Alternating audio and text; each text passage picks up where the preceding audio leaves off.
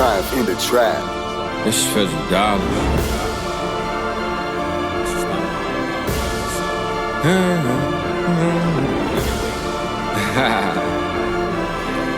Do you believe in miracles? Ay, I play chess, but only in 4D.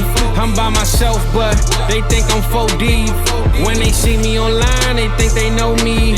Go ahead, like and subscribe, you gotta show me.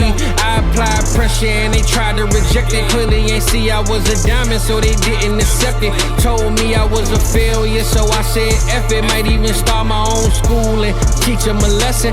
Yeah, I'ma call it South Harmon. Fly down south and get the South poppin'.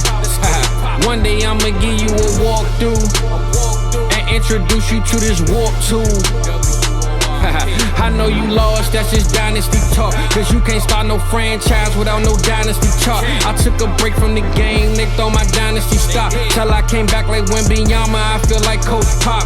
I can't say that I'm the GOAT, cause you ain't gonna agree. But if I own my own farm, I can make the GOAT. Me, the ladies love the beard and they used to love the goatee. That's when I was a lamb, burning music on CDs. I wasn't born in 88, December 87, that was 16 days away. Might fly to Dallas, why not? I just got paid today. When I land this dirt statue, I came to fade away. Check the timeline for the stories and the play-by-play. My life a Patreon link, you gotta pay to play. I work 16 hours, boy, that's an 8 and 8. X Factor like Dez Bryant, my boy 88. Why dream light when you living like a heavyweight? This ain't a 1 week thing, we grind like every day. They know my destination, Devi, like I hang with Ray. If they ain't know my name, I bet they know my name today. Treat this mic like an ATM, let's make a trade today. Drop this on Fizzle Friday, cause that's my favorite day. And I'm gonna do it my way, cause that's my favorite way. They tried to put me on the shelf like I'm layaway. Told me it ain't no way, so I made a way.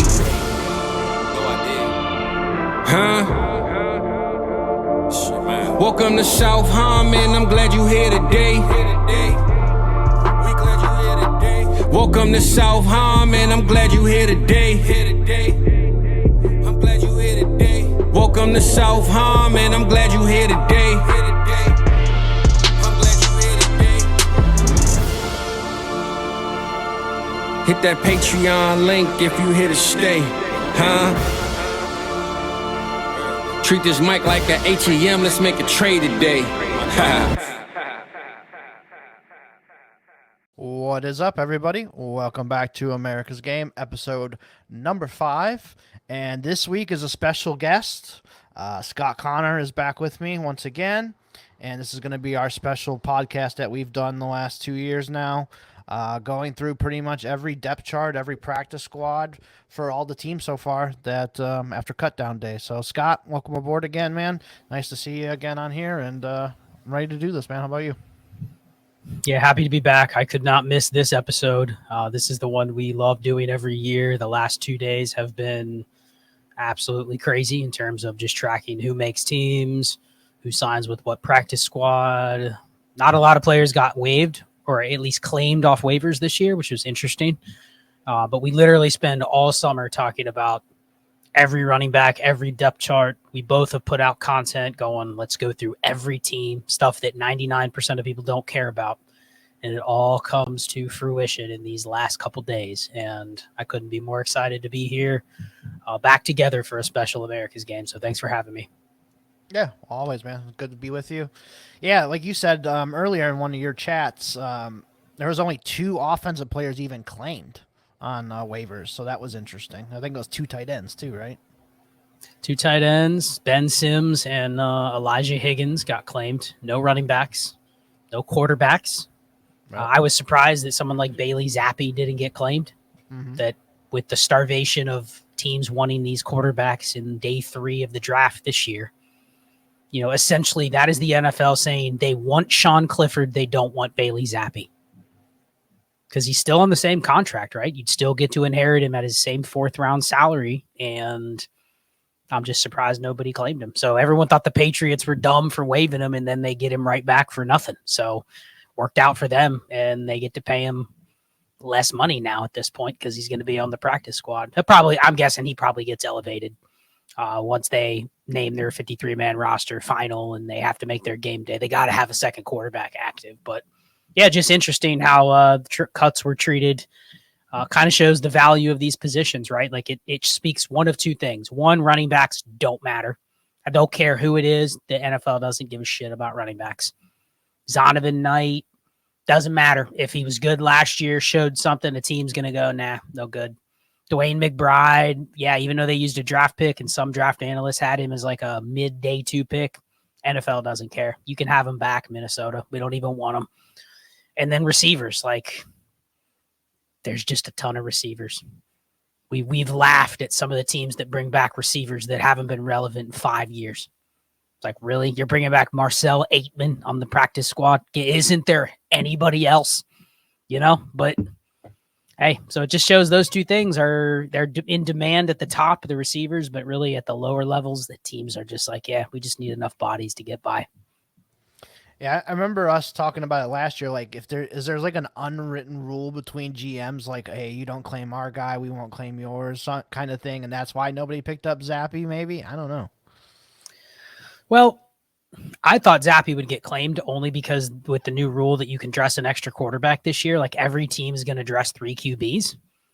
And I'm just thinking, okay, he's not getting paid a lot.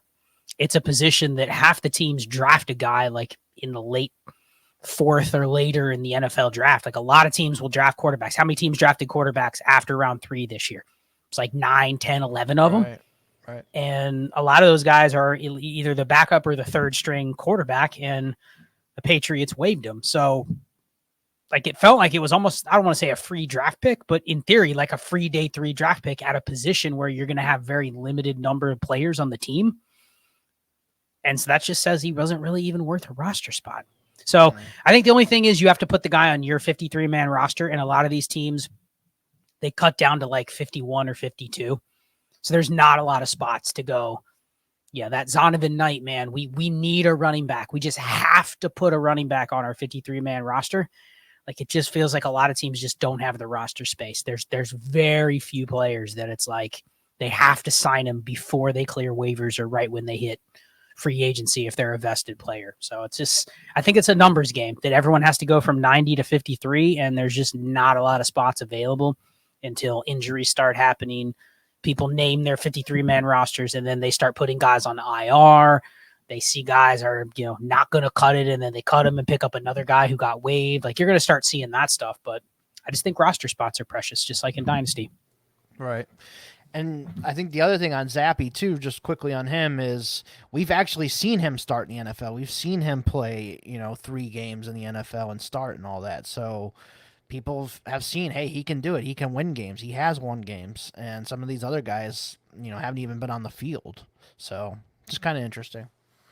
But, yeah, let's kick it off here. We'll go to Buffalo first.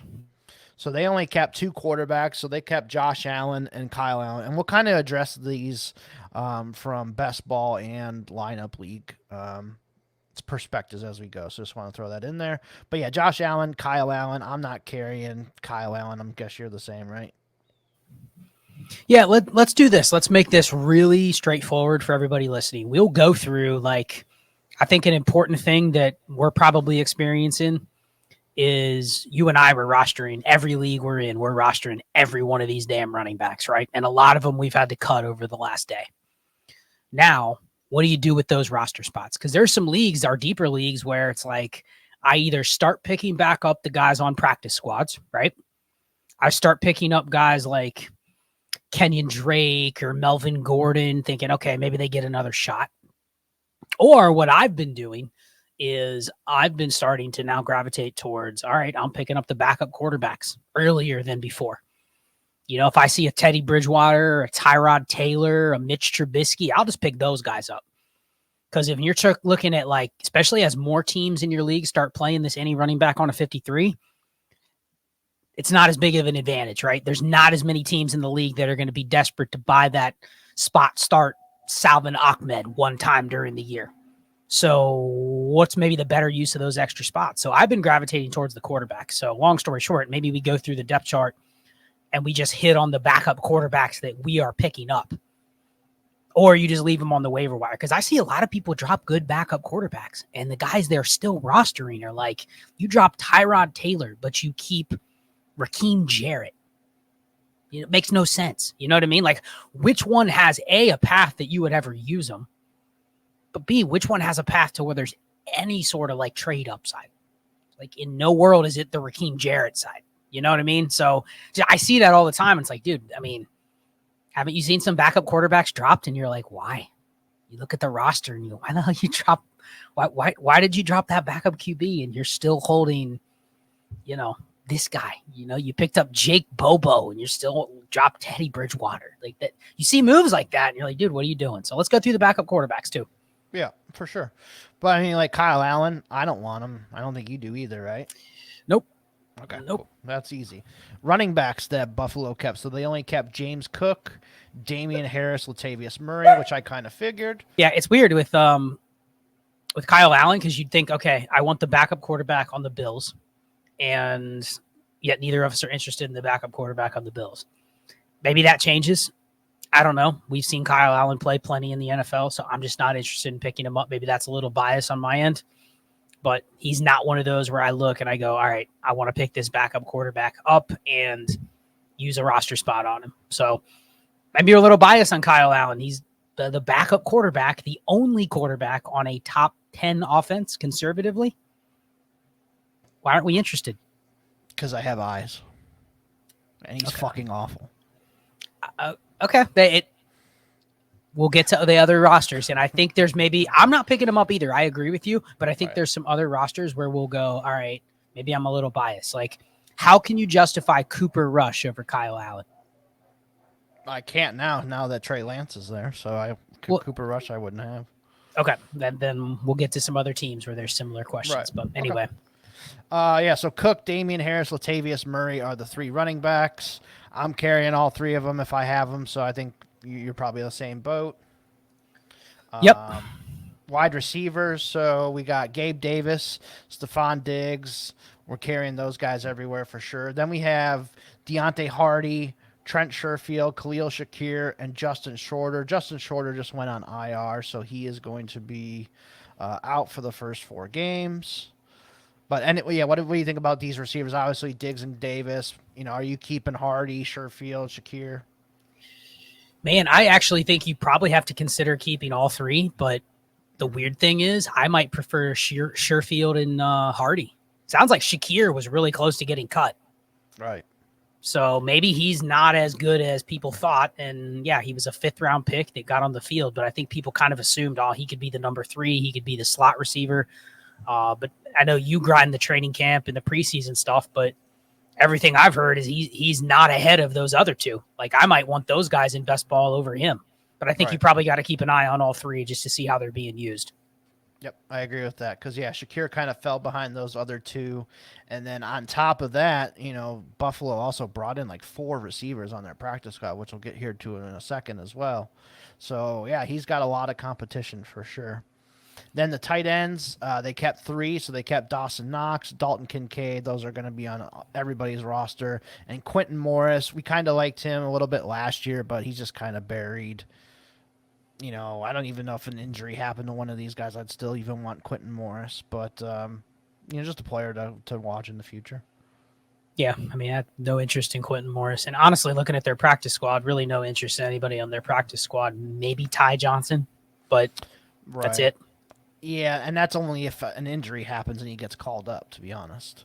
I will say he's probably the only injury that would make him relevant. I think if James Cook got hurt, you could see Ty Johnson come up, because I don't see Damian Harris or Latavius Murray really playing a James Cook if he has some sort of specialty role. So maybe that's why they kept Ty Johnson. He's probably a better fit in that role than Darrington Evans was. Yep, I agree. And he was returning kicks in the last week that he was there. So, I mean, I think you got to serve some credence to the fact they only signed him, 9 days ago? And he was the one they put on the practice squad, nobody else. So maybe you keep an eye on him. Okay. And then the 4 receivers they put on there, Marcel Aitman, Andy Isabella, Tyrell Shavers, Brian Thompson, and tight end Joel Wilson. and I could safely say we are not interested in any of those guys. And then just kind of go through the IR guys too. Naeem Hines, I've kind of dropped him everywhere. Not interested in him yet. Matt Barkley, I thought Matt Barkley was better than Kyle Allen, so that could be a, something in the future here that, for the backup job, it might be Barkley over Kyle Allen at some point. And then Zach Davidson, who you liked, probably dead. Yep, all those guys are dead. Doesn't this feel like a team? Doesn't this feel like the offense that would fit for like a Carson Wentz type? Mm-hmm. I agree. Yeah, because they've taken on these kind of like project quarterbacks. With Trubisky there. Obviously, they brought in Kyle Allen this year. Barkley, I guess you could put in there. I'm sure I'm missing one. They had no, that was before Josh Allen was Tyrod. They had somebody else too, I thought. Yeah, but they always take on like these kind of project quarterbacks. Yep. All right, so on to Miami now. So quarterbacks, they kept 3 of them. They kept Tua, they kept Mike White, and they kept Skylar Thompson. I think in lineup leagues, I think you can definitely consider maybe keeping a Mike White or a Skylar Thompson. I think in best ball leagues, I don't want either of them. I'll make it simple. In most of the best ball leagues I'm in, I'm very, very few backup quarterbacks in my carrying, which is one of the reasons, and Mike talks about this a lot. It's why Fab's important, because you go across our leagues, if your league is set up right with the number of starters versus the number of roster spots, most of our leagues are start 12, start 13. You can't afford to carry 4 backup quarterbacks, 3 running backs that aren't playing. So what you see is a lot of the good backup quarterbacks even get dropped. Guys like Winston and Bridgewater and Dalton, like those are legitimate like NFL starters for a short period of time, right? That they get dropped in best ball because I really don't think it's smart to carry a lot of those guys in best ball. But you want the fab if there's an injury and you go, oh, Jameis is starting for 3 weeks. Like that could be a top 15 QB and he's on waivers. In a lineup league, he's going to be rostered. So yeah, I agree with you. Lineup leagues, you can consider keeping a lot of backup quarterbacks if you have roster spots, but best ball, you got to kind of toe that line of how many do you want to carry. Right. And what about White and Thompson? Are those guys you even want to carry? I mean, you're the one that, you love Mike White. What is your take on this? Are you willing to carry both? It's close. I think it's borderline. I think if I have, 37, 40-man rosters, yeah. If I have to cut down some of our like 32-man, 30-man rosters, they might have to go because I just really don't have the room for them. So I think it kind of just depends on how many roster spots you have, really. So who is the backup? If Tua was injured, who would? And it might be the kind of thing where Tua is injured and they fuck around and don't tell you the starter till like Saturday afternoon. You know what I mean? Right. Like, so who is it that you roster if you can only pick one? Is it Mike White because of the contract or Skylar because of the experience? I think I'm going to go Mike White for the contract that they gave him and his experience too. So I'm going to go with Mike White. Okay. But it's close. Okay. Running backs. So they ended up keeping 5 running backs, which is a little rarity, but they kept Raheem Mostert, Jeff Wilson Jr., Devin Achane, Salvin Ahmed, and the undrafted rookie Chris Brooks. So that was interesting that they kept him. I could see them end up cutting Chris Brooks, though, to make room for another position that they need at some point. So I'm not like going out and picking up Chris Brooks everywhere, but I think those main 4 are probably going to be your main 4 all year. Did your bingo card have the Dolphins being the one team that keeps 5 and it not being Myles Gaskin? I mean, I thought it was a possibility, but yeah, not Myles Gaskin not getting kept. I thought that was I thought it was going to be between Ahmed and Gaskin getting cut, but because all year you said, basically it's hard to keep 5. Teams don't keep 5. Yep. And then which made like guys like Chris Brooks really almost had, like Chris Brooks, Travis Dye, those guys had no chance because they're literally behind like 5 guys that are better, that have NFL experience, right? Right. And then Chris Brooks makes it, and they cut Gaskin. So it was weird. Like if you're telling me a team would keep 5, you'd be like, oh yeah, it would be because Gaskin and Ahmed have been there forever and they like him. And then it was another guy. So yeah, interesting. Right. For sure. And they actually, if you count the fullback, they actually ended up keeping 6 players with Alec Ingold too. So that's interesting. They went very slim at Very slim at tight end. Also, I did see they signed Tyler Kroft again, but Okay. they signed Tyler Kroft back to the active roster. But yeah, they went pretty slim at some other spots, which is interesting. So, All right. Okay. I mean, yeah, I'm only showing 5 defensive linemen. That's not a lot either. So, so we did the running backs, receivers. Obviously, Tyreek Hill and Jalen Waddle. You're going to want to keep, and then these other ones are probably roster cloggers. But is there one that you might want to keep who could start in 3 receiver sets? And that's Braxton Berrios, Eric Ezukama, River Craycraft, and Cedric Wilson. I mean, I think the first crack at, I mean, the problem with the Dolphins is they don't really throw to their other receivers besides the top 2, but I think there's going to be one that plays a lot.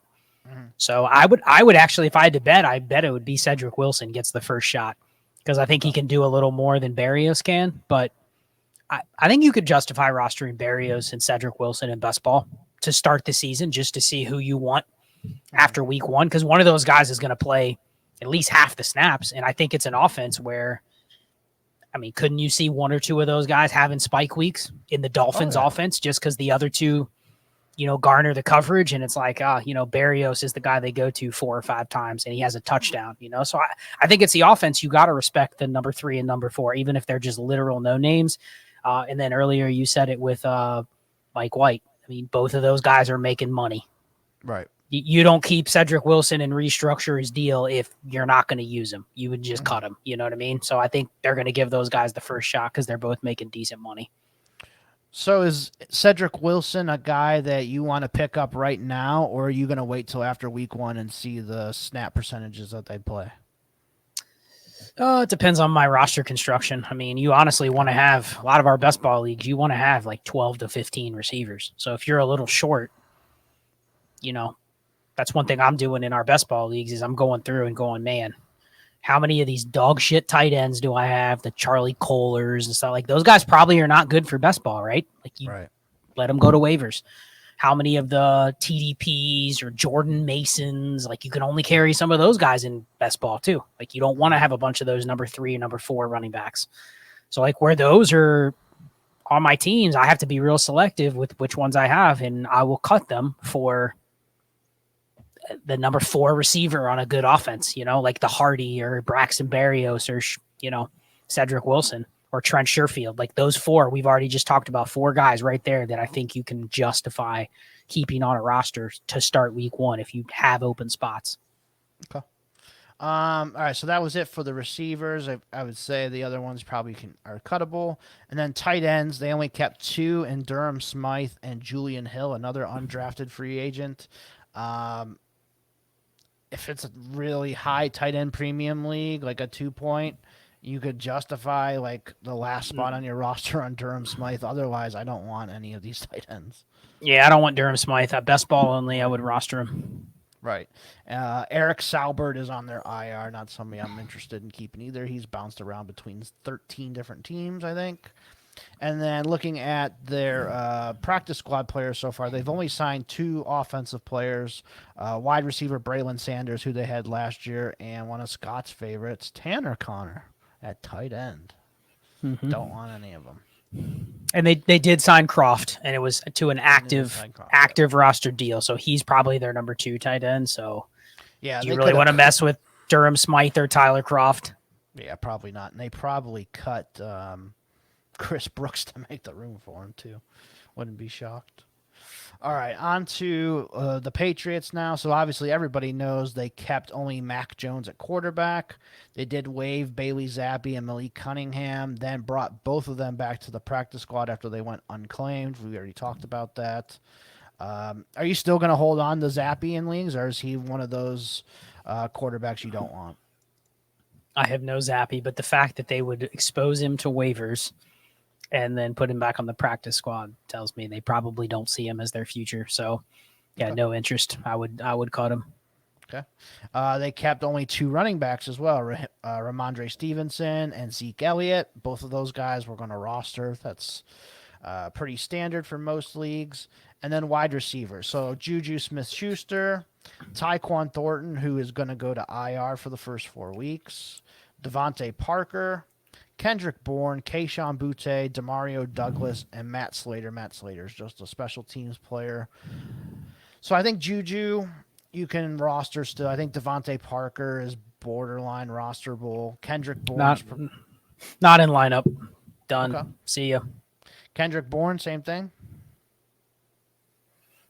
Very few lineup leagues will I hold Kendrick Bourne. It's got to be like a start 12, 14 team or something like that. Otherwise, no thanks. And I don't even want to hold Thornton anymore. He's going on IR to start the year. I'm kind of done with him too. And a little advice here. If you got Tyquan Thornton, like trade him for Fab. That'd be the kind of guy I would cut. I'm not even putting him on the IR because he's literally just destined to be roster clogger. So if I can get anything for him, 4th rounder, Fab dollars, I'd rather have that. And best ball, man. You got to think Demario Douglas, if he's healthy, and Boutte are going to get a chance. Yeah, they're definitely going to get a chance. I agree. So I mean, you got to hold those guys in best ball, don't you? I think so, yeah. And then just to bring it back to Thornton really quick, you should have just listened to me last year and not even fucking wasted a draft pick on him. I have none. Okay, good job. Thank you for listening to me. You have more than me. Yeah, and I didn't draft any of them. I think I got them for free off of waivers. But you're still holding them. No, I think I maybe have one, and he's going to be cut here when I finally go through my rosters. Okay. Tight ends. They only kept 2 as well. They kept Hunter Henry, Mike Gesicki. I'm carrying both of those guys in all leagues. I'm sure you're the same.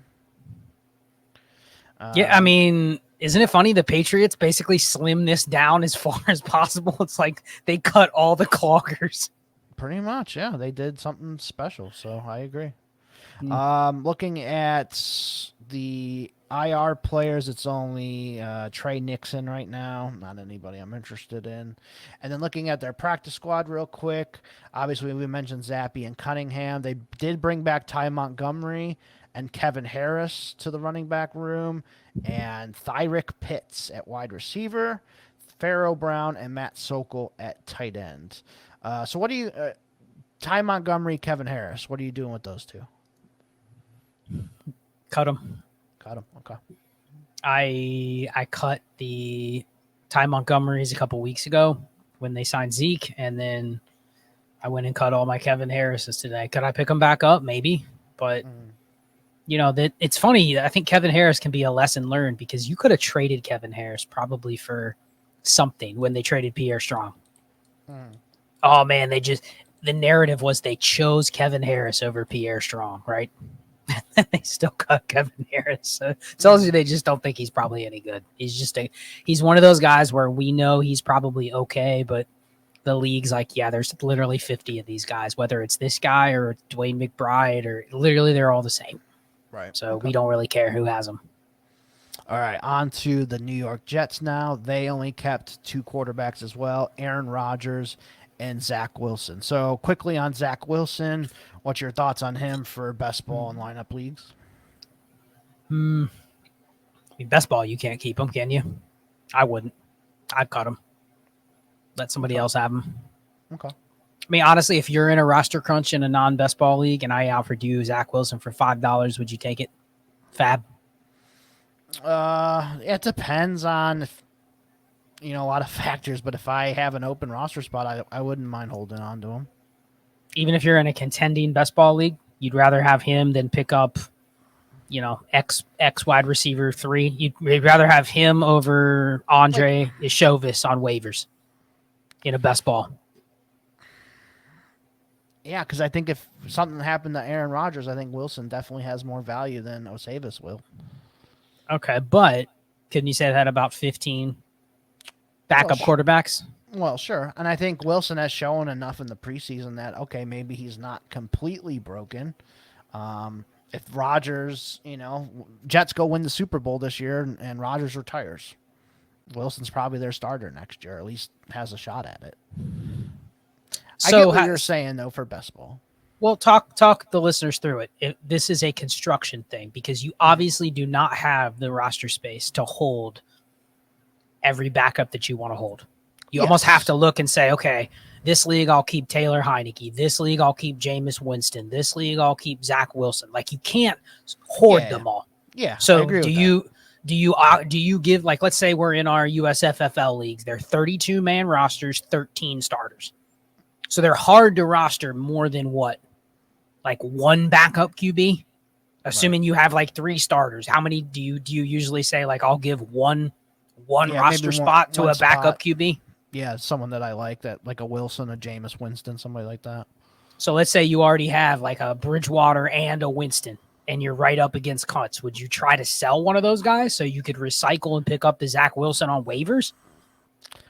I would try and sell them, yeah. I've tried it in a couple of our leagues so far. Haven't had too much success on it. So then I'm just going to have to decide, if it comes down to it, okay, which ones do I like better? Which ones do I think has a better future? And then kind of decide from there is how I'm doing it. In those, do you prioritize the handcuff? Like if you have Rodgers, would you want Wilson? Yes, for sure. Because like I think a couple of them I have Deshaun Watson, so I have DTR. And I think I have 2 on that team too, so I have Mike White. So I might have to cut like a Jameis Winston type. Okay, so even if you're cutting the slightly better one, you'd be willing to keep the handcuff? I think so, yeah. Especially so I don't get screwed. Because Fab is, in some of those leagues, Fab is a little tight, or we don't even have any Fab because of the way we structured, the Fab and how that works. So we might not even have any Fab to even bid on some of these guys or have a chance at winning one. So do you play it differently if you have the most Fab in the league? Are you willing to be a little more liberal with who you cut? Yeah, I could definitely do that, because then I can have first claim of whoever I want. If Rodgers breaks his collarbone week 1, and Zach Wilson's out there and I can outbid everybody, yeah, sure. Definitely, that's something to look at. Yep. Which goes back to, if you can sell if you're down to cuts and you can sell Winston to the Derek Carr manager literally for like 10 Fab. Mm-hmm. Now, would he go way more than 10 if he was the starter for a short period of time? Yes. But the odds that he's the one that gets the opportunity versus 10 of the other backups, you're kind of hedging your bets. But if you can accumulate that 10 Fab because there's other backups on the waiver wire, maybe it's better off in the future. You can snipe one from somebody else when the one on waivers is the one getting the spot start. So you just have to manage your roster spots with the backup QBs. I see a ton of teams and I look at their QBs and it's like, dude, why do you have Gardner Minshew and Mike White and this guy? Like, they're carrying 4 backups. And a lot of times people that have shitty QB rooms carry extra backups, and it actually hurts their team even more because they have less players that can fire in the lineup and they have shitty QBs. Yep. It's like, if your QBs suck, you might as well go for more receivers or more tight ends instead, because at least they can score points. True. Yep, I agree with that. Looking at the running backs, they capped Breece Hall, Dalvin Cook, Michael Carter, and Abizi Abanikanda, which we pretty much saw coming with those 4. I could see Abanikanda kind of being the guy who gets game day inactive every kind of week, unless there's an injury here. Don't you kind of feel the same way? Yeah, I mean, we'll see. There was a lot of rumblings that they were looking to maybe move from Michael Carter, trade him, or maybe he doesn't make the team. It was down between Knight and Carter for the final spot, and then they chose Carter. So I could see Carter being the inactive one. Carter being the inactive one? Yeah, we'll have to see how it shakes out the first couple weeks. I mean, it could be Carter to start the year until Abanikanda, does a little more in practice and earns the spot. But yeah, it'd be interesting to see there for sure. Carter, if he's too good to be cut in a lineup league, even if he's the number 4 running back, right? But is he a cut in best ball? Is he just a clogger? I think so, yeah, because I think Breece and Dalvin are going to get most of the work. If you're like in a 28-man roster, 25-man roster, and you're really hurting for those cuts, I could see cutting Carter. I think. Do you prioritize Abanikanda over Carter in any league? I think they're in this. I think they're in the same boat in a lineup league. I'd rather have Abanikanda. Okay. But in a best ball, both of those are the type of players in a best ball where you're like, man, if I don't have a taxi and they have to be carried on my active roster, which obviously Carter does because he's been here for 3 years, like I'd rather have the Braxton Berrios or the Deontay Hardy. You know what I mean? That's where lineup's totally different than best ball. Like, those types of decisions are lineup, give me the running back. Right. Best ball, like, I want to get rid of those types. I don't want to have the number 4 running back on the Jets on my bench in a best ball league. It's a guaranteed fucking 0 every week. Yeah, I agree with that. Receivers, so they kept 7. They kept Garrett Wilson, Allen Lazard, McCole Hardman, Randall Cobb, Jason Brownlee, Irvin Charles, and Xavier Gibson. So I think the only ones worth carrying right now are Garrett Wilson, Allen Lazard, McCole Hardman. You could probably keep in a best ball, but I could see you having to drop him in a lineup. There's rumors of Randall Cobb being the starting slot receiver there, but I don't even know how much that even means. I don't even want Cobb on any of my teams. Brownlee's got a nice future. I like him, but it's hard to carry him in a lineup league or a best ball league for sure without an injury. The other guys are probably just cloggers at this point. What are your thoughts on these receivers? All cloggers, but I got to say I picked up a couple McCall Hardmans in best ball, and, I can definitely see him giving another, would you be shocked if he has 50 catches for 650 yards? I think that would be like his best case scenario for me. I mean, I think the point is he's a best ball winner, and people really didn't take it seriously. I know they took it a little positive when he went to the Jets versus going to a shitty team, but right. Feels like once he left the Chiefs, it was like, yeah, he's done. And it's like, yeah, he's probably the number 3 on the Jets. And for best ball, he's a guy that probably gives you a couple weeks this year. And he's useless. Mm-hmm. He's worthless to people. I'm just not sure if he is the number 3 because I've just heard that Cobb is. But I don't know. We'll see how that plays out. So you're saying you got to roster Cobb and Hardman to start the year? I don't even want Cobb, to be honest, because I know he can't do anything.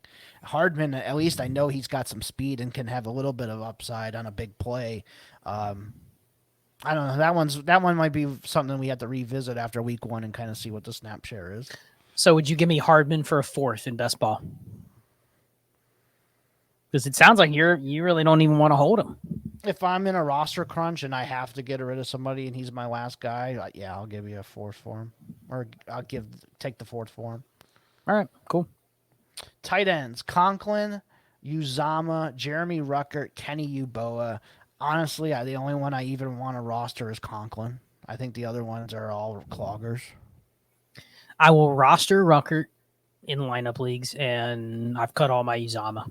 Yes, because it sounds like he was like, he's probably not going to be the number 3, but I think he's clearly behind Conklin, and Ruckert has a lot more upside. So I could easily see by the end of the year, it's like Uzama's not active and Ruckert is. Right. So I think Rucker's just a clogger even in best ball, or Uzama is just a clogger in best ball. So I just cut all mine. I don't want to deal with that. He's a 30-year-old journeyman that has had a bunch of injuries before. So yeah, no thanks. Yeah, that's how I felt too. And then practice squad. They kept Tim Boyle, brought him back as the 3rd quarterback, and Zach Kuntz they also put on their practice squad as well. And I didn't see anybody on the injured reserve of note on them. On to Baltimore now. So quarterbacks, they only kept 2. They kept Lamar and Tyler Huntley. They did not keep Josh Johnson, and I haven't seen them bring him back on the practice squad either. So that was interesting for Baltimore. Obviously, you're keeping Lamar. What about Huntley? Are you holding him everywhere? I mean, they did bring Anthony Brown and Josh Johnson back on the practice squad, and Huntley was dealing with an injury. So I said the other day in the chat, I'd almost rather trade Huntley to the Lamar manager for anything. Because I think they'd be comfortable going with Josh Johnson or Anthony Brown the same as Huntley. Huntley has more experience and stuff, but we have no clue what their new offense is going to look like. And do we even know which one of these QBs is better for that offense? You know what I mean? Mm-hmm. So I would sell Huntley. If he's the only one on the roster that people see, yeah, he's the clear backup, I would actually sell him to the Lamar manager. See if I can get a 3rd, or see if I can get some fab, or in a lineup league, give me an extra running back instead of him. Okay. I just wanted to say they have not brought back Josh Johnson. It's only Anthony Brown. Oh. Yeah, I was just reading something where they said the Ravens have backup QB questions with Josh Johnson back and Anthony Brown on the practice squad. Okay, I'm looking at their website, and it says veterans Brett Urban, Kevin Seymour, and Josh Johnson are not on the practice squad. That could be an indication that all 3 could be coming up to the 53-man roster soon once players are moved to injured reserve. So maybe that's what they're for.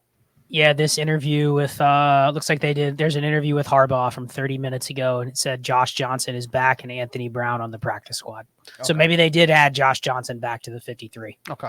Cool.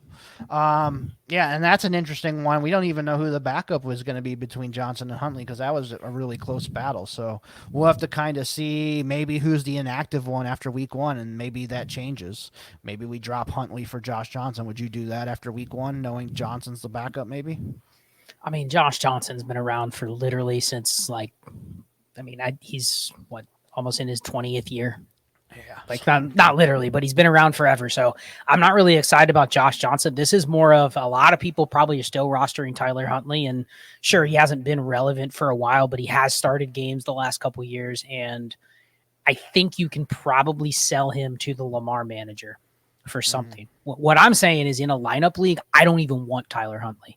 Mm-hmm. He's not one of the backup QBs where I'm like, I have to have him. In the old system, yes, I was fine with that, but I have no clue what he is right now. So it's like, if I can get a 4th and Huntley for a 3rd, or if I can get 20% of the fab, I will do that. Same as the deal we were talking about earlier with Winston. I don't even want him. I'd rather just go pick up somebody for free and get an asset for him. So yeah, and it could be Josh Johnson too. That's the thing, is they could go, Tyler Huntley's not healthy, Josh Johnson's the backup. Right. And you're like, now Tyler Huntley, you have to cut. If he's the number 3, he's useless. So yeah, get rid of him now. Yeah, we're going to have to see after week 1 if that changes, because like I said, Johnson played ahead of Huntley all preseason. So we'll have to see how that one shakes out. Running backs, J.K. Dobbins, Gus Edwards, Justice Hill, and Keaton Mitchell. So pretty much the same running backs they've had the last 3 years, but just adding in Keaton Mitchell. Gus Edwards, I'll still roster in pretty much all leagues. Justice Hill, I'm just not interested in him still, even though he had a decent preseason. And Keaton Mitchell's 170 pounds, basically a return guy. I'm not interested in him either. Yeah, man, it's weird because if the Ravens are a good offense, you want some of their running backs, but all of their running backs are uninspiring. Mm-hmm. Even Gus Edwards, there's nothing been positive about Gus Edwards since he tore his ACL 2 years ago. Right. But yeah, is he really the backup? If Dobbins were to go down, do they ram Gus Edwards 20 times? That's how they've done it in the past. So it feels like you want to have a backup Ravens running back if they're a good team, which I think there'll be at least a chance to have a good offense. Mm-hmm. But I mean, Justice Hill and Gus Edwards, that's the same dudes they've had for years. And then, like you said, Keaton Mitchell is, even in a good day, what is he getting? 5 touches? Yeah, that's not somebody I want to carry. I mean, unless I'm in a league where I get return yards and, in a best ball return yardage league and I get that, I'll take some shots at him maybe. But a best ball return yards, 35-plus roster spots, you'll keep him. You have to be a very specific league, yes. So is he outside of any running back on a 53? Is he even below that level? Would you rather have a practice squad Dwayne McBride over him because he's an actual running back? Yeah, I think so. Yep. Okay. So we're just not going to have any Keaton Mitchell then, right? No matter what. Yeah, and I didn't pick up any of them at all during the preseason at all. So, okay. Wide receiver. So Zay Flowers, Rashad Bateman, Odell Beckham. I think those 3 are pretty safe on any rosters right now. These other 3, I'm going to say no to, and that's Devin Duvernay, Nelson Aguilar, and Tylan Wallace. What are your thoughts on those 3? I mean, can you have any 3 more gross receivers that are making the team? Right. But if I had to pick one, I think I'd go with Aguilar over Duvernay. There will be people that are rostering both Aguilar and Duvernay in best ball, but yep. I actually think what's more likely is if there are peripheral non-Bateman, Beckham, Flowers weeks, it's going to be I don't want him, but I actually would rather have Charlie Kohler in best ball than those receivers because I think there's a chance they have 2 tight ends and he could make a play just as much as those guys. Right. So I think best ball, I don't even want those receivers. So yeah, this is not one of the offenses. Unless this offense just comes out and it blows the league away, then I really don't want Devin Duvernay or Aguilar. But you look in all of our best ball leagues, Devin Duvernay is rostered in every one of them. Yeah. Every one of them, he's on rosters. Yep. And then there's just better ones out there on waivers. So that's the edge if you're willing to grind these depth charts. Okay. Tight ends, Mark Andrews, Isaiah Likely, and Charlie Kohler. So I think Andrews, obviously, Likely is probably rostered in every single league. I haven't seen him on waivers. But Kohler I've seen on a few, but you were just talking about him. I don't know if I'm going to roster him in too many leagues, but there might be a select few that I do if the tight end premium is enough. I probably won't roster him, and I'm probably one of his bigger fans, but he had a good preseason. He was healthy. Mm-hmm. So that's the kind of guy where we could look up mid-season and we're like, yeah, he's actually annoying to Isaiah Likely because he's probably close to just as good. Mm-hmm. And he's a little different. So now he could get hurt or Likely could get hurt, and then the other one just gets the opportunity. But it kind of feels like it's if you were rostering Isaiah Likely in best ball and you're hoping to get a couple weeks, like Kohler's a little bit of a thorn to that. You know what I mean? Because the Ravens will use a ton of tight ends. And, it's like they used Josh Oliver last year. Mm-hmm. Isaiah Likely would have done better last year if Josh Oliver didn't have, 20 catches? Like, it's just enough to be annoying. You know what I mean? Right. So, yeah. And then if you look at their practice squad, they kept two guys who can play tight end, so they obviously prioritized the position. So Anthony Brown at quarterback, they kept Owen Wright at running back. I don't even remember Owen Wright from preseason. Ben Mason, who's like a fullback tight end, slash guy, Travis Vokalek, excuse me. He was one of the ones that he did pretty decent in the preseason. They kept him on the practice squad, and then Sean Ryan and Laquan Treadwell at wide receiver on their practice squad. Yeah, no thanks. All right, on to the Bengals now. So quarterback, they kept Joe Burrow, Jake Browning. I'm pretty sure both of us don't want to carry Jake Browning. Nope, no Jake Browning. I would consider in a couple weeks, I would consider Will Grier, though. Yeah, Will Grier that they did pick up off of for the practice squad. That's an interesting one. I could see Grier being better than Browning. But Browning has some legs. If he did have to start, he can maybe get you some rushing yards. But rostering him right now, no thanks. Yep, agree. Running backs, Joe Mixon, Travion Williams, Chase Brown, and Chris Evans. So Joe Mixon, obviously in every league. I think the one to roster here right now is Travion Williams.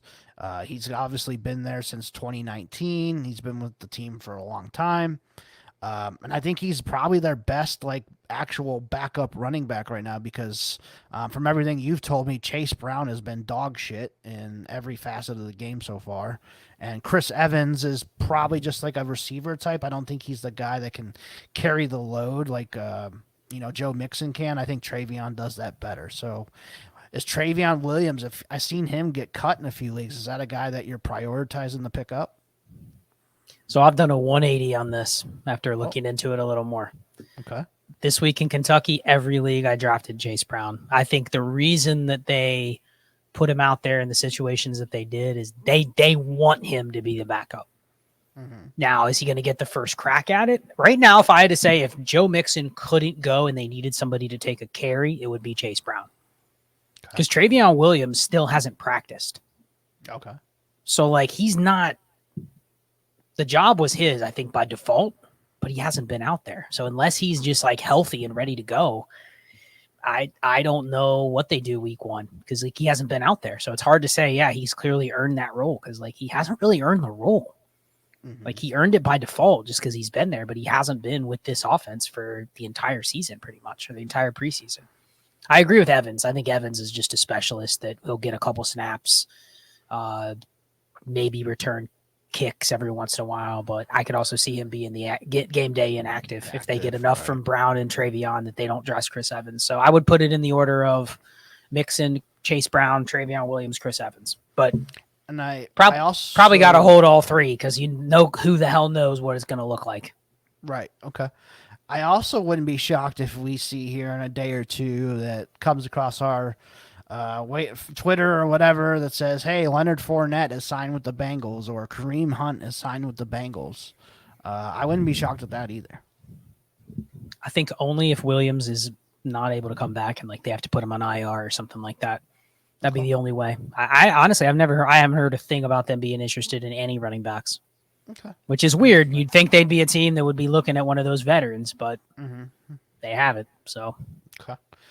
Now here's an interesting one. So obviously Jamar Chase, T. Higgins, Tyler Boyd, we're keeping everywhere. The two rookies, Andre Osavis and Charlie Jones. What are you doing with those two in like best ball and lineup leagues? And Trenton Irwin is there too that they kept. I mean, I hate to sound like a homer, but they might have hit on two decent receivers that at least can provide some depth. So I think you have to roster both in best ball, honestly. That's where I was at too. Yep. Like, and I know Charlie Jones has that shoulder injury, which is like a little disappointing because he's going to be hampered by it all year. But the first game is like he got injured before the second game, and I believe was injured in the first game or in practice. And then he played the first game with the shoulder injury. Then the second game, he played a little more. And then like he actually looked better in the third game. And you're like, all right, I thought, okay, he's dead. I think I even texted you, like, I'd rather have a Chauvis than Charlie Jones because he's going to deal with this injury, right?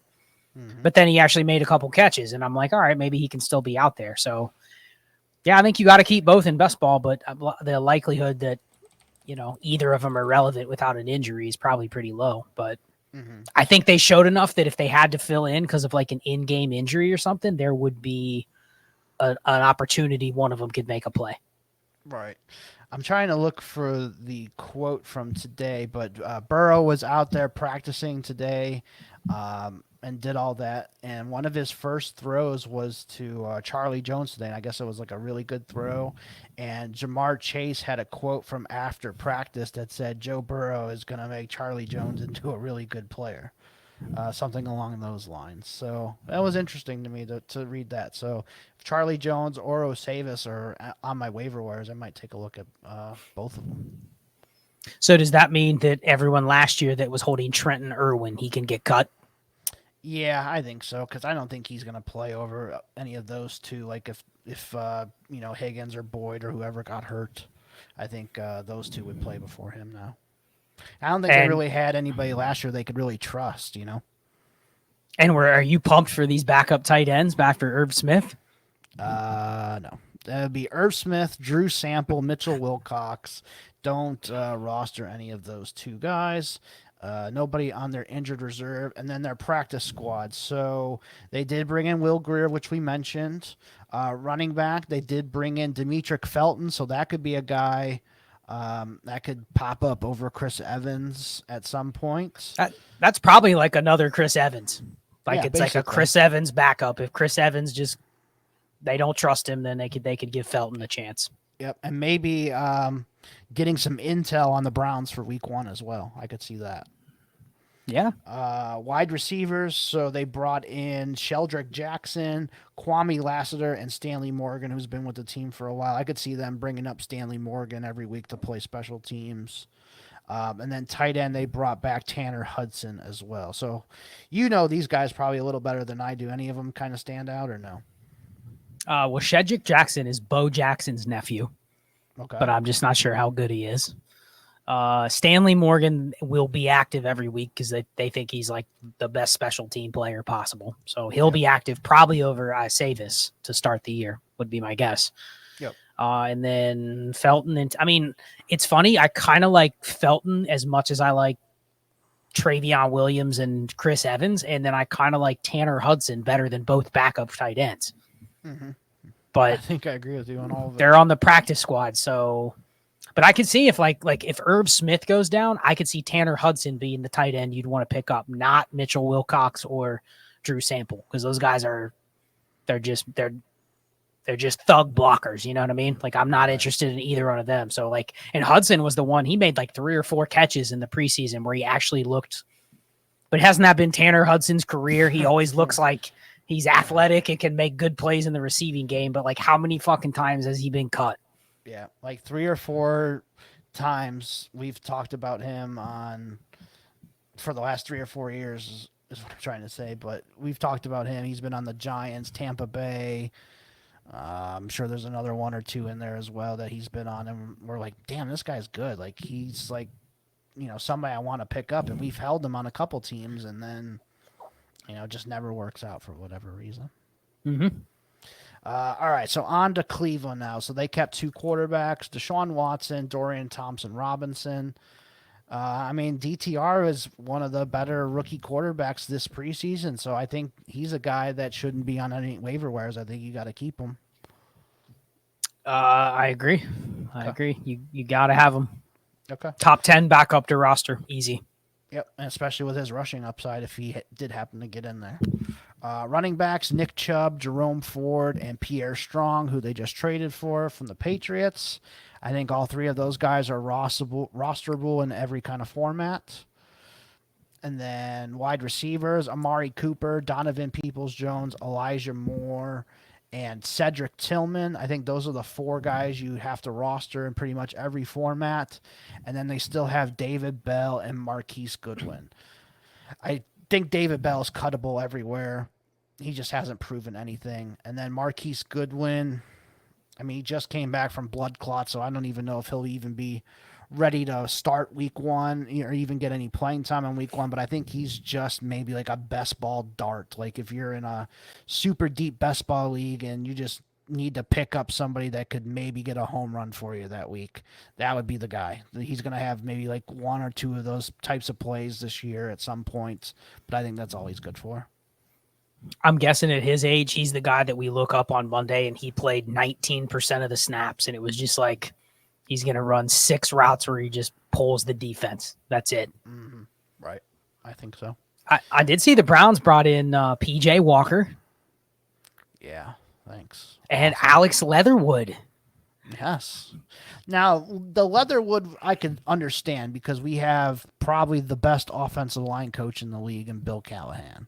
So I can see that. Like they're thinking, okay, we maybe can mold this guy into something on our practice squad, just kind of kick the tires, see if there's any talent there that Callahan can get out of him. Because Callahan has done that with lesser players and done a lot more. So I think that was a good pickup. PJ Walker, though, no thanks. That one, I could see him being, I'd rather have Kellen Mond than PJ Walker at this point. And then the tight ends real quick. Njoku, Jordan Akins, Harrison Bryant. I do think Akins is the backup. I think Harrison Bryant has kind of fallen to like the 3rd tight end. Njoku, obviously you're carrying. Akins, I've picked him up in some like start 2 tight end leagues or higher premium leagues. I think I'm okay with rostering him. And then me and you kind of talked about pre-show. Harrison Bryant, we've kind of cut everywhere. Yes, I have cut all my Harrison Bryants, and I think best ball only for Akins. But I do think Akins is one of those like backup tight ends you could justify just because the way the team plays. Mm-hmm. Like you could see him, you can literally get him for nothing. But some of our best ball leagues where your tight ends suck, like I actually think Akins is a guy to re-pick up. And I had cut him all in the offseason. Mm-hmm. When he actually signed with the Browns, I was like, yeah, that's not relevant because he's going to be behind Harrison Bryant. But I agree with you. They didn't bring him in just so he can do nothing. Like he's played this role every year. If you look at his stats, he has between like 15 and 30 catches for like 5 straight years. Right. So he is what he is, you know what I mean? But there's going to be 1 or 2 weeks where he hits your lineup. So I think that's where you got to roster him. It's like half the time if he just scores a red zone touchdown, he's probably in your lineup that week, So. Yep. And then injured reserve guys, Michael Woods, no thanks. Jakeem Grant, he's dead. That's about it for that. And then practice squad. So they brought back P.J. Walker, who we mentioned earlier. Running backs, they brought back Hassan Hall, the undrafted rookie that they brought in. I didn't see anything great for him. I'm not interested in him. Wide receivers, Jalen Darden, Austin Watkins. I still like Austin Watkins, but I can't justify keeping him right now when he's on the practice squad. If there was, a wrath of injuries to the Browns wide receiver core and Watkins gets called up, I think I'm going to pick him up for sure in a couple spots. And then Zaire Mitchell-Payton at tight end, not anybody I'm interested in. Are you still holding Jakeem Grant? Hell no. He's so dead. He's like roadkill on the side of the road now, unfortunately. Sucks, but it is. Yeah. It is what it is. All right, on to Pittsburgh now. So they kept 3 quarterbacks again. Kenny Pickett, Mitch Trubisky, Mason Rudolph. Mason Rudolph should be on every waiver wire. Trubisky is probably pretty close to that. I just don't think he's very good. It is what it is. Yeah, I mean he's bottom half of the league, probably backups at this point. But put it this way, you have to realize that Trubisky was also got a very limited window on an absolutely shitty team last year. Right. So if the team's going to be better, which everyone's talking about Pittsburgh, their offensive line's better, or at least improved. It's average, which was a far better than what it's been the last couple of years. Mm-hmm. And then just their overall offense is going to be better. Right. I don't know. I mean, I think Trubisky's going to be out there, but wouldn't be shocked if he has a couple starts this year. And, you know, he's a QB2. Like, it is what it is, but he's a backup to be on the radar. Okay. Running backs, Najee Harris, Jalen Warren, and Anthony McFarland Jr. Obviously, Najee and Jalen Warren are pretty much owned everywhere. McFarland, I did pick up a couple of his, but I've noticed on some of those teams, like, he's probably going to have to be one of my cuts just because the Steelers really don't use that third running back at all, and he's been in that role before, and they never used him either. So I've kind of he's one of the ones that I end up cutting a lot. Yeah, doesn't he kind of feel like another Travion Williams where he's just like the team likes him, but if there's ever opportunity, they never give it to him?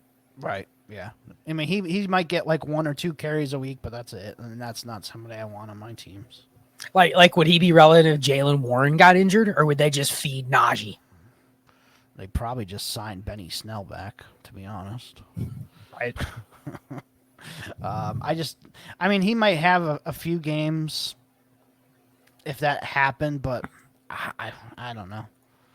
I just don't think he can handle that workload. I think he's a little too small. Okay. Wide receiver. So Deontay, Pickens, Allen Robinson, those guys are locks in on all of our rosters. Miles Boykin, didn't know he was still in the league. Surprised they kept him. Calvin Austin III and Gunnar Olszewski. Olszewski's just pretty much a really good special teams player. Calvin Austin did show a little bit, though. What do you think about him? I don't have any, but would you roster him in best ball? I think so. I think that's a guy that could get a home run shot as the 4th receiver. Like, the Steelers have used multiple wide receivers in the past like that, so I could see it. He might have like 1 or 2 games, kind of like Marquise Goodwin. And wouldn't you say between Robinson, Deontay, and George Pickens, he's the only one on their team that has any speed? Yeah, I mean, those other guys are fast, but not like Calvin Austin fast, yeah. So him and McFarland are probably the 2 fastest on the offense. Yeah, I'm just looking at the rest. I mean, I'm looking at all of their guys are slow. Yeah. Pickens and Deontay are slow. Robinson's clearly slow at this point. Pat Freiermuth's not fast. I mean, he might be the one guy that's just kind of like a decoy, like the Marquise Goodwin of the team, you know? Right. And he's healthy this year, so that's good. And then tight ends, Pat Freiermuth, Darnell Washington, and Connor Hayward. Obviously, Freiermuth and Darnell Washington I haven't seen on waivers, so I think he's pretty much owned everywhere. A lot of people, even in high-stakes leagues, have picked up Darnell Washington like late in the draft, I've seen too. And then Connor Hayward, I could see Connor Hayward being a guy who gets like a couple touchdowns a year as well, but not somebody I really want to roster. You like Darnell Washington in best ball? Can you see a world where he gets like 8 touchdowns? Absolutely, yes. So he's definitely a guy I want to own in best ball leagues. And I think lineup leagues, if he's on waivers, I'm probably going to pick him up. Like, I'm not going to let him sit out there. Like, if Freiermuth gets another concussion again, I'm definitely interested in some Darnell Washington starting. Yep, you're right. So, and then looking at their practice squad here real quick, Greg Bell, who had a injury with the Lions like 2 years ago, he's there. Not somebody I'm interested in. Dez Fitzpatrick, one of your favorite players, and Rodney Williams at tight end. Next. Yeah, pretty much. All right, Texans. Looking at quarterback situation here, they kept all 3, C.J. Stroud, Davis Mills, Case Keenum. I think Davis Mills would be the guy to own here, but I don't even want to own him. Case Keenum, I think, is kind of just like a player coach at this point for C.J. Stroud. Yep, agree. Running backs, Damian Pierce, Devin Singletary, Mike Boone, Dare Ogunwale. I like Pierce and Singletary to hold on to pretty much every league. Boone and Dare, I don't think I'm going to hold on to those guys in any of my leagues, to be honest. You're not holding any Mike Boones? I don't think so. I used to have a shit ton, and I dropped them all after he got hurt in Denver. I never picked him back up. No, I don't think I have any.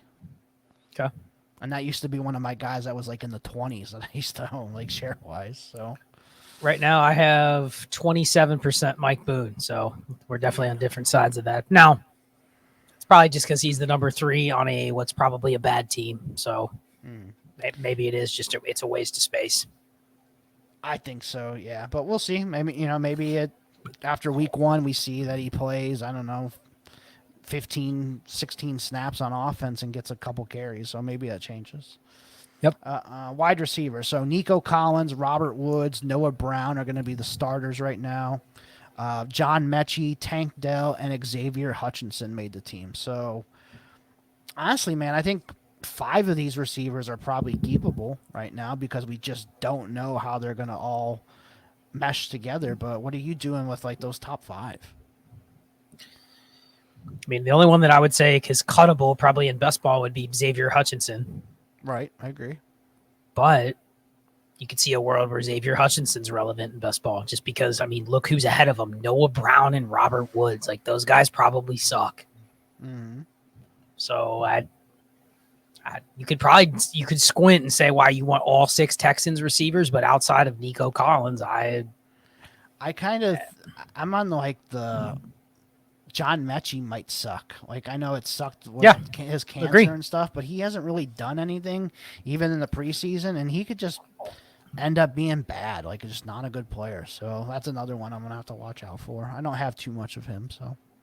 I don't even want to carry Robert Woods. I think I have him on one team, too. So that's another guy I could probably end up just cutting if I need to be honest. Yeah. Okay. Tight ends. I think there's only one guy even worth keeping here, and that's Dalton Schultz. Tegan Quateriano and Brevin Jordan are still here. I've cut all my Brevin Jordan. I have none of him anymore.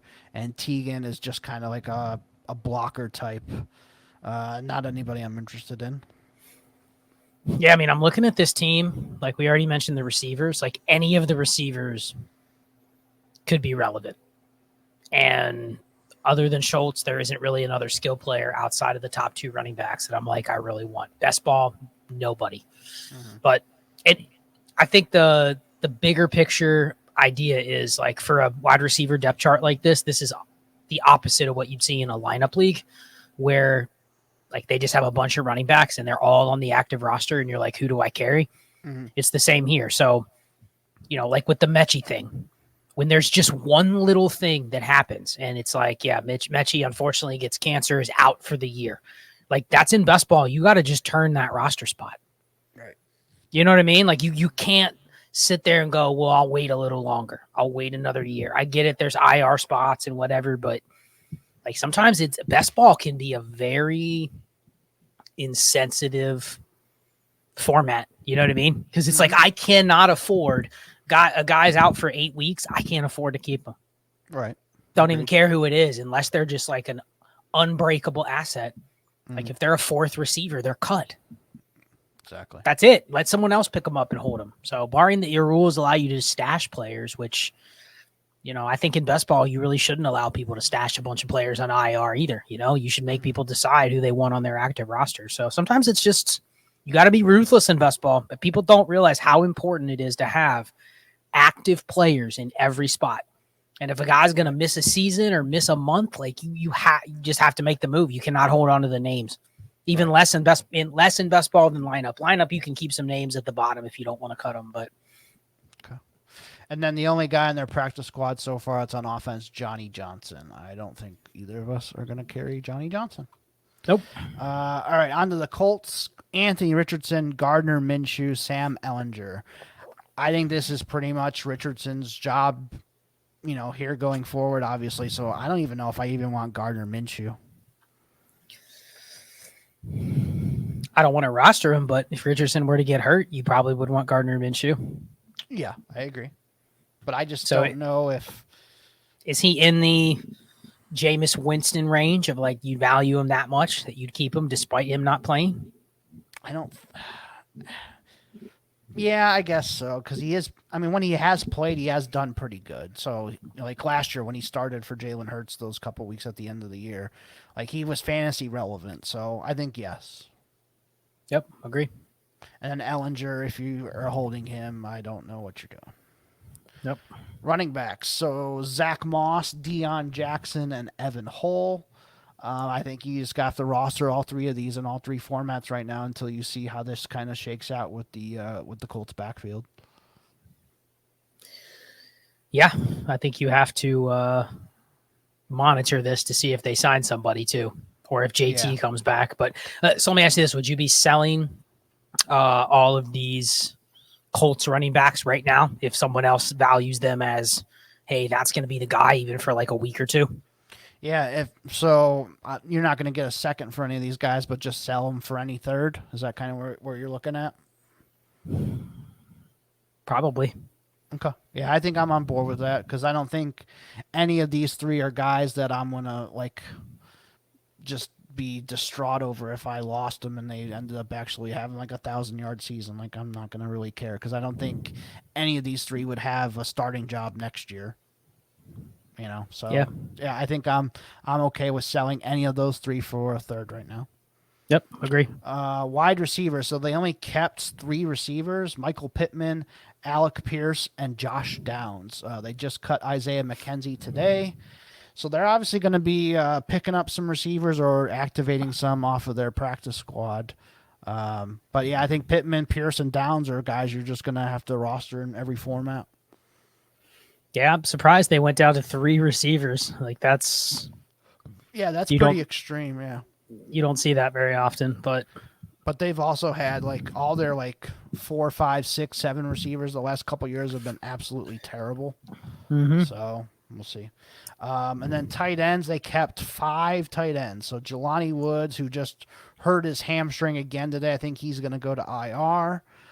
So then Mo Alley Cox, Kylan Granson, Will Mallory, and Drew Ogletree. From what I've seen in the preseason, it's kind of been Granson and Ogletree have been the 2 main like starters, with Woods being out most of the preseason. Mo Alley Cox has missed some time. Will Mallory missed a little time in the beginning and then came back here lately. But I think it's Granson and Ogletree are going to be the 2 guys, and I think I would be okay rostering both of them. Man, what do you do with all these tight ends? I think Woods you got to keep just because of the talent. Mo Alley Cox I'm done with. So in Will a best Mallory, ball league I've with ended no up cutting. best ball with no IR, are you really wanting to keep Jelani Woods? I think I got to, yeah. Man, It's tough, but I think so, yeah. it's such a ruthless game, man. Like if you cannot really put is. him on the IR and he could be out for half the year with an injury, and there's 4 other tight ends.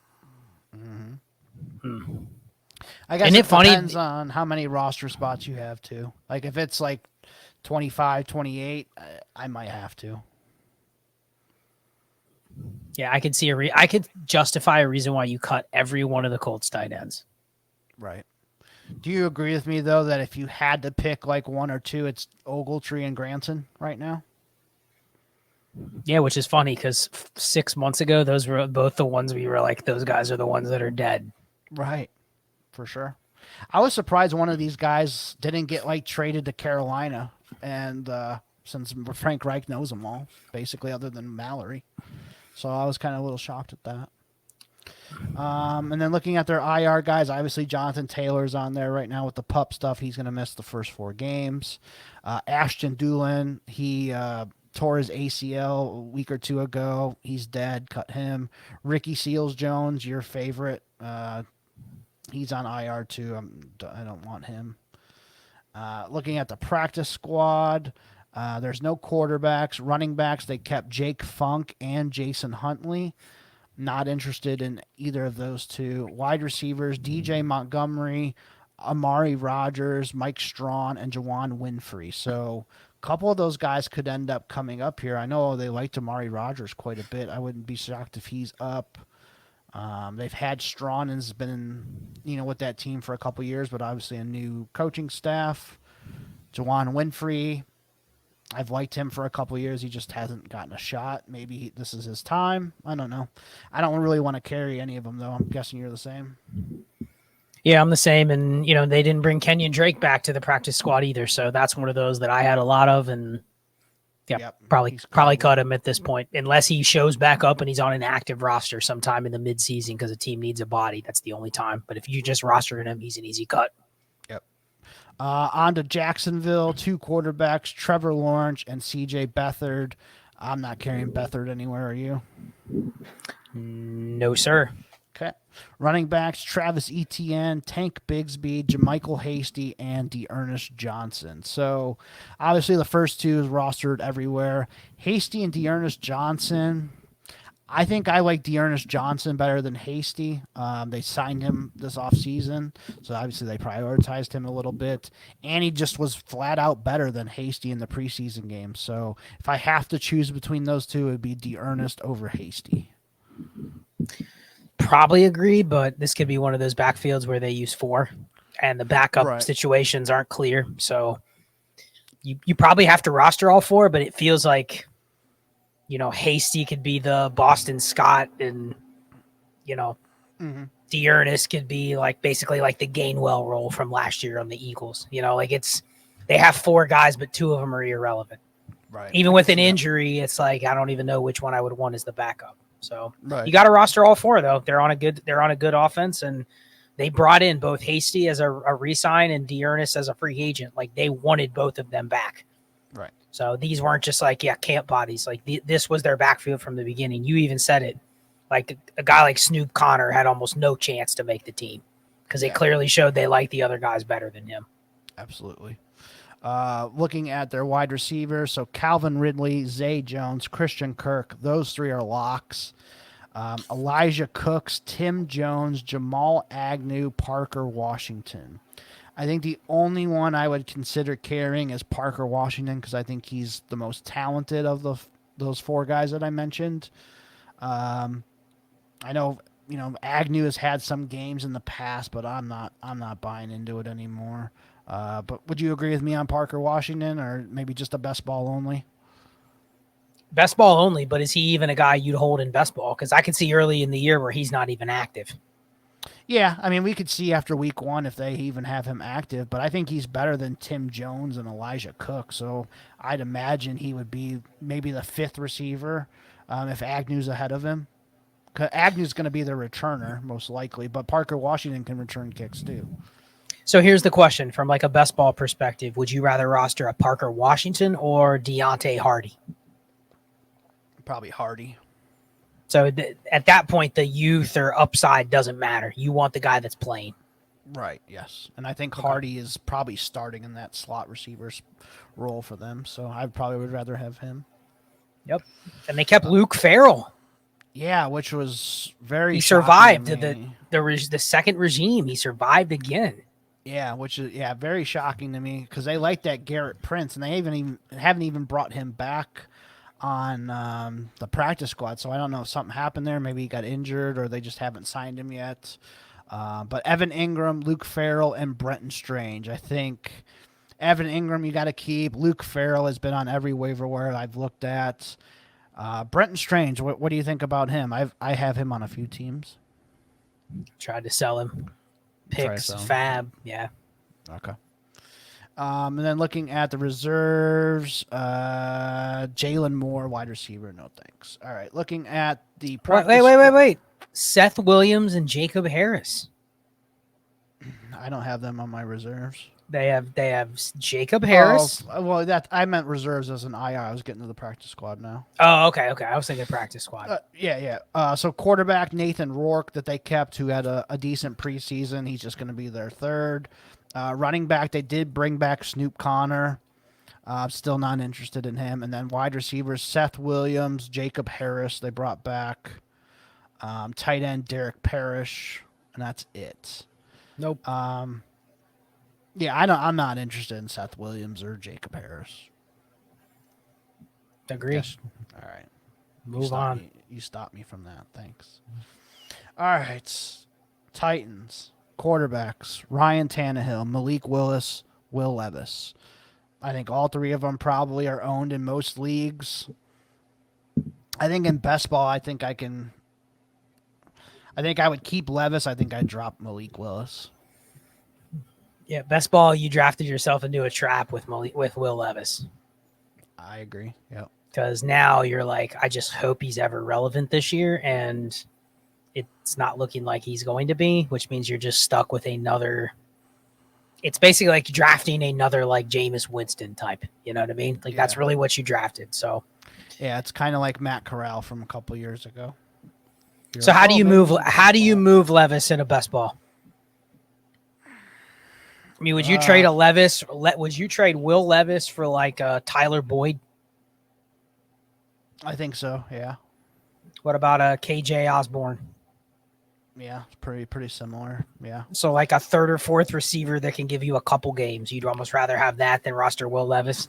Yeah, but I wouldn't sell Will Levis for like a third. I would want like a second if I could get it.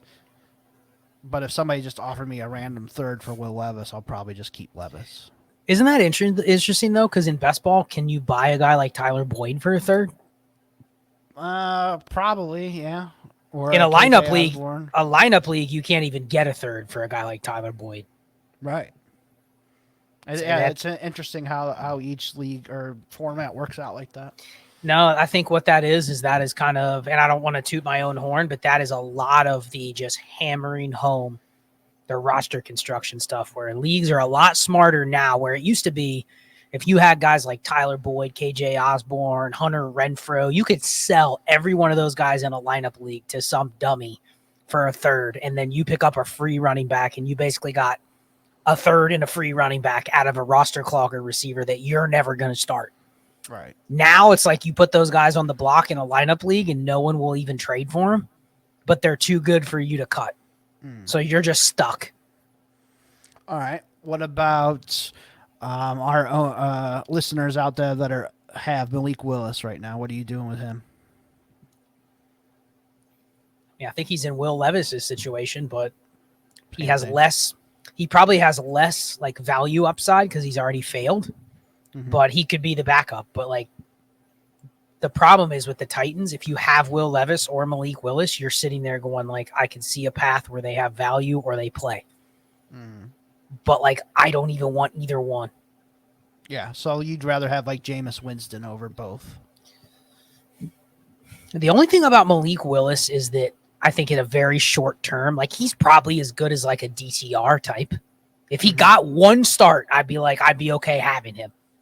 Now, the only thing about Malik Willis that we don't know is we know he can run, but even if – so here's my thing. I've picked Malik Willis up in a couple leagues, but now I think about this more. Even if they said, okay, he's going to start week 2, is there even a guarantee they wouldn't do anything but just let him throw like 10 times? Because that's exactly what they did to him last year. Like the and if he doesn't run, then he's useless because they're not even letting him do anything. Yeah.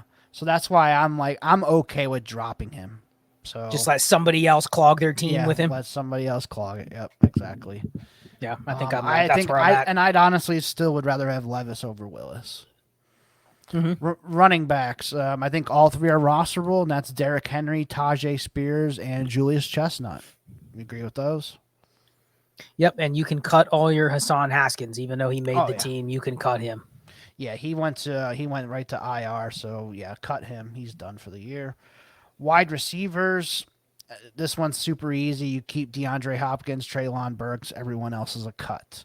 So Nick Westbrook-Ikine, maybe you can keep him in a best ball. That'd be the only one. Colton Dowell, Chris Moore, Kyle Phillips, Kieris Jackson. I'm not keeping any of those guys. I would think Westbrook-Ikine maybe in like a deep best ball league would be the only one I'd even consider. Yes, this team's fucking terrible. Just move on. Yeah. And then tight ends, Chig Okonkwo, everyone owns him. Trevon Wesco, no thanks. Josh Wiley, I like the profile. I just think it's going to take him a little bit. So he's droppable in pretty much every format. Yep, agree. Nobody on the reserves. And then the practice squad for the Titans, I only have Mason Kinney right now. Oh, here's some more. Trayshawn Harrison, Thomas Adokia, Kevin Rader, tight ends, then that is it. Nobody I've ever even heard of outside of Mason Kinsey. Nope. All right, so now we're going to look at the Broncos here. Quarterbacks, Russell Wilson, Jarrett Stidham. Only keeping Wilson. Jarrett Stidham was pretty bad this preseason, so I'm not interested in him. I'm guessing you agree. I've picked him up in a couple spots, but that's one of those where if there's nobody better to pick up, there's not a running back available, then you'll just keep a backup quarterback. But yeah, not really excited about him. Okay. Javonte Williams, Samaje Perine, Jaleel McLaughlin at running back. I like all three. Going to have all three on my rosters if I can. Think you agree? I'm curious on why you like McLaughlin over somebody like Keaton Mitchell. Just because he showed me he can make some plays, and Sean Payton has a history of using UDFA running backs and isn't afraid to. Okay. So I'm okay with it. And they literally have nobody else. Like Keaton Mitchell has 3 guys to compete with, whereas McLaughlin only has these 2, and one of them is coming off major injury. Yeah. So I could definitely see McLaughlin having some playing time for sure. Yep. Fair. Wide receivers. So Cortland Sutton, Jerry Jeudy, Marvin Mims. Definitely those 3 are owned every league. Brandon Johnson, Philip Dorsett, who they just signed today. I'm not interested in any of those guys. Yep. Don't care about any other receivers outside of those top 3. Easy. Right. And honestly, any of these tight ends I could care less about too. Dulcich, I was a big Dulcich fan, but he's just not fitting in with this offense for some reason. It seems like maybe I just have to see it on the field this year before I change my mind, but I've kind of soured on him. Adam Troutman sounds like he might be like the starter. Chris Manhertz is just a blocker, and Nate Adkins they kept. I don't even know who that is. So best ball, you're not interested in rostering Troutman? Best ball, I would roster Troutman just because I think he's the starter right now, yeah. He's just going to be on the field probably half the snaps at least. You got to at least have them on a roster, I think.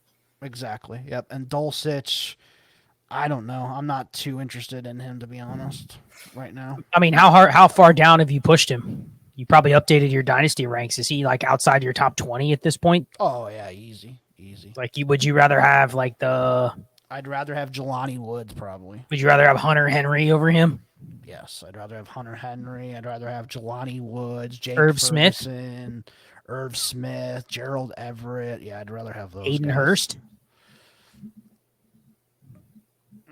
That's getting the fact close. that it's even a debate shows how far he's fucking fallen, right? Right, exactly. Especially for me because I was big onto him. But so he's gone from like outside the top 12, from like inside the top 12 to outside what, like you're damn near top, like outside almost the top 30. He's probably close to like the 30 range. Yeah. I mean, honestly, like have Isaiah Likely or him. Yeah, that's a good one. Here's another one. Like, why is he better than Daniel Bellinger? They're both probably backups, right? Right. Yeah. I mean, and Bellinger's done just as good as he has. So yeah, I agree. Yeah. I don't know if it's just this system or what it is. And then looking at their reserves, Tim Patrick, if you're still holding on to him, please feel free to cut him. Jalen Virgil, I don't think anybody had him. And then looking at their practice squad, they did sign Ben DiNucci as a third quarterback. They have Tyler Beatty and Dwayne Washington at running back. Receivers, Little Jordan Humphrey, David Sills, and Michael Bandy. And then tight end Lucas Kroll from the Saints. Obviously, Peyton knows him from there. Any of these guys on the practice squad you're interested in? There's just so much nepotism in the league, isn't there? Where it's like they just bring back the guys they know. Pretty much. But no interest in anybody on the practice squad. Next. All right. Next up is Kansas City. So obviously Mahomes and Blaine Gabbert as a backup. I mean, he's basically just on the Chad Henne level. I don't want to roster him even if I have Mahomes, to be honest. So it's interesting because they were talking to Carson Wentz. Don't you think that would be actually a decent fit? If there's any way he can come back and be somewhere, he'd want to go to like a behind Mahomes where there's no pressure at all to play, but it's an Andy Reid offense. Yeah, where if like he's in there, he's going to look as good as he could possibly look. Right. Yeah, I agree. 100%. Like, would you be picking up Wentz for that reason? Like, if he signed with the Chiefs, he'd almost be like the best backup to have, don't you think? I think so. Yeah. I agree with you. Would you be picking him up? I've seen him cut. I had to cut him in a couple just because I had to make some room. I mean, would you rather have Carson Wentz or the Titans guys? I'd rather have Levis over Wentz. Wentz over Willis? I'd probably rather have Wentz over Willis, yes. Wentz over Jake Haener? No, I think I'd rather have Haener. Even though he's probably the third? Yeah. Okay. It's close, though. That's basically just a talent thing for me. I think just Haener has more talent, to be honest. I mean, not a best ball, because best ball, anybody that's starting has more value. But would you rather have Wentz or Clayton Tune?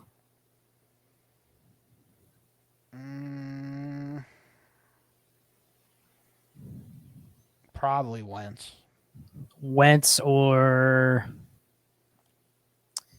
Let's see. I'm trying to think of it. Wentz or Minshew? Probably Minshew. And then Wentz or Stidham? I'd rather jump off a roof. Probably Wentz. I don't think Stidham's that good. I know he had a good game last year, but whatever. So it's basically Wentz is you're just waiting for him to sign, but as soon as he signs, it sounds like you'd have him in like your top 10 backups probably. Yeah, or just on the outside of it, but yeah, probably. Does it depend on where he signs? I think so, yeah. Like if he ended up with like if he went to Cincy, Buffalo, or Kansas City, you'd have to put him like in the top 5, wouldn't you? Right, yeah. And like if he ended up in I don't think like let's say he goes to Carolina, but let's say he goes to Tampa Bay, would you even give a shit? No, God no. I'm just saying. No. Yeah, just like a team that's just inept right now. No, thanks. Yeah, okay. All right, so we talked about the quarterbacks here for the Chiefs. Gabbert, we don't really care for. Running backs, Pacheco, McKinnon, Clyde Edwards-Helaire. I think you're owning all three of those everywhere. Yeah, okay. Very easy. Wide receivers, this is an interesting one. So the ones that you're keeping, I think, are Tony, Sky Moore, Rasheed Rice. I think those three are pretty much locks. Valdez-Scantling, I think in a best ball is definitely a good one. Justin Watson, no thanks, even though he might end up starting somehow. Richie James, I think he's a really interesting one for both lineup and best ball. And then Justin Ross, too. A lot of people have been picking him up and have him. Is Justin Ross maybe one that you just kind of just sell for a third, just spam it, or maybe a fourth? I've been Justin Ross, sell for a third, but I think there's a world where he could be the one guy on this list aside from the top 3 that is actually worth more if he does anything. Mm-hmm. One good game, and you're like, wow, you can get a third in another player. You know what I mean? True. Is this the one team in the league where you could squint and justify rostering every receiver in best ball? Yeah, that's why I said this one was interesting, because I don't know who I would cut. I think Justin Watson would be my first cut for sure, but after that, that's tough. So, would you be shocked if Justin Watson has 2 games where he's in the lineup in best ball either? No, but he could have done that last year and didn't have 2 games, so. So you would cut Justin Watson in a best ball for another offensive, like a 4th receiver on another team. Yeah, like Charlie Jones. I'd rather have Charlie Jones, yeah. Okay, gotcha. Tight ends, Kelce, Noah Gray, Blake Bell. Blake Bell, no thanks. Noah Gray, I'll still hold on to. I think he's rosterable in best ball, don't you think? He could have a game or 2 even when Kelce's there, just because of the way they spread the ball around. Yeah, absolutely. And then on their injured reserve, only Jody Fortson. He's cuttable now. And then their practice squad. So they have Chris Oladokun, who they've had all offseason. Running backs, they did bring back Michael Pirine and Deneric Prince for running backs onto the practice squad. Wide receivers, Montrell Washington, they picked up from Denver, and Cornell Powell is there for his 19th season. You still holding Cornell Powell? Yeah, for his 19th season, no thanks. And then tight ends, they brought back Matt Bushman, who was doing really good in camp. And then the guy I mentioned earlier, Garrett Prince for Jacksonville, they brought him in. So that's interesting, one that they brought in.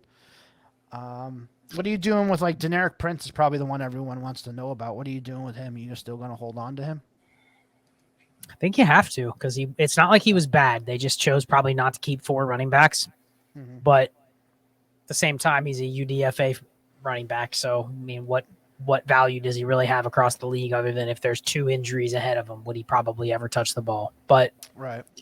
It's the Chiefs. I mean, look at their running back core. It's Pacheco injury prone, McKinnon injury prone, Clyde Edwards-Helaire injury prone. Like, would you be shocked if you look up and it's week 14 of the year and the 3 current backs on the Chiefs are all dead? Yeah. And they have like new guys in there and they're just doing the same thing. Like they've brought up Deneric Prince, they've re-signed like Darrell Williams, and they got a 3rd guy. And it's like, oh, their backfield is still 3 guys. You know what I mean? Yeah, they pulled Spencer Ware off of the heat pile somewhere. Yep, Damian and Darrell came back. Yeah. Kareem Hunt, fuck it, bring him back. Yeah, jeez. Like, honestly, right now, you could almost recreate the Darrell Williams, Damian Williams, Kareem Hunt backfield, and we would still roster all 3 in lineup leagues, wouldn't we? Yep, probably. Yep. Like right now, you could bring those 3 back, and they'd probably be relevant. Yep, I agree. So. Yeah, it's just that's why I haven't cut Deneric Prince. I've cut almost every other running back that's been cut. The only other one I haven't like aggressively cut has been Myles Gaskin. But pretty much everybody else, like, you know, Kevin Harris, like Zonovan Knight, I didn't cut him either. But like the list of who I'm keeping is like Gaskin, Zonovan Knight, Deneric Prince. Okay.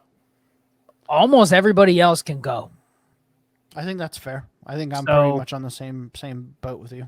Like, that's why you keep Prince. If it was a different team, then I'd have no interest in Prince. So, right. Okay.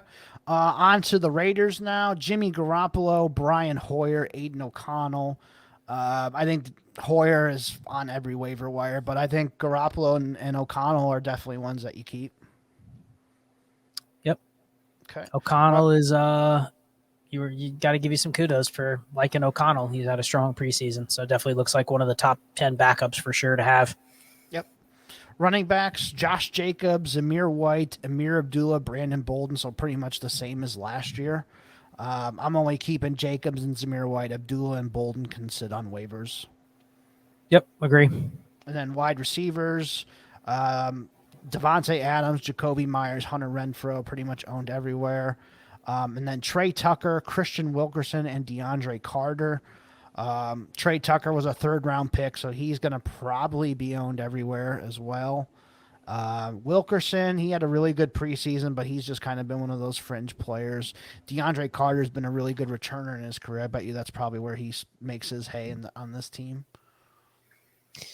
Yeah, do you like how would you prioritize a guy like Trey Tucker if he's available? Because I've seen him and Darius Davis available in some best ball leagues, and they both got good draft capital. They're both probably like one-trick pony receivers, but like, is that a guy you'd pick up in best ball over the likes of the Trent Sherfields and the Braxton Berrios like that, just because he's young and a rookie? Yeah, I think that's kind of probably the range that you're looking at. Just kind of depends on how you feel about it, but I know they're going to at least give Tucker a chance using him in the 3rd round. So, you know, over a Berrios on a new team or a Trent Sherfield who's been on 2 or 3 different teams. So maybe prioritize Tucker over them because you know the team is going to keep them.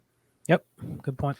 And then tight ends, Austin Hooper, Michael Mayer, Jesper Horsted. I think Mayer and Hooper are probably the only ones you can feel okay keeping. You're not keeping Jesper Horsted? No. And then on their IR, they have Britton Brown. He's probably safe to just be dropped. Austin Walter, just drop him. Jacob Hollister, just drop him as well. And then looking at their practice squad so far, so I only have one guy on it right now. Let's see if it is updated since we started this. Of course, it hasn't. Antoine Wesley ended up there, former Cardinals receiver. Ooh, relevant 4 years ago. Yeah, and then Devin Ross is the other one that I have listed on here for the Raiders. So nobody I'm interested in right now. Nope.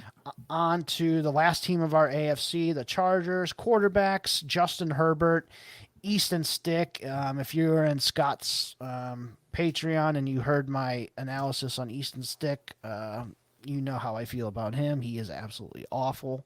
Don't want him anywhere. See, that's interesting because they prioritize getting Easton Stick back, and he's the backup on maybe the highest volume offense in the league. So are you saying that if Herbert gets injured, they are absolutely fucked? Yes, absolutely. Because I think Max Duggan wasn't that great either, and they had just the choice between Stick and Duggan. This is a team I'm surprised they didn't say, F it, why didn't we get Bailey Zappi? Because Bailey Zappi's 10 times better than Easton Stick or Max Duggan. So that's interesting. I mean, isn't this the team that should sign a guy like Wentz? Yeah, this team could sign Wentz. I'm surprised they didn't go after Will Greer with Kellen Moore knowing Will Greer from Dallas. And they trade for Cooper Rush. They could trade for Cooper Rush. He'd be better than both of these guys. Are you confident that if Herbert were to get injured, that they would look to maybe get somebody else besides starting Easton Stick? Yeah, they might call up Phillip Rivers and ask him to come back.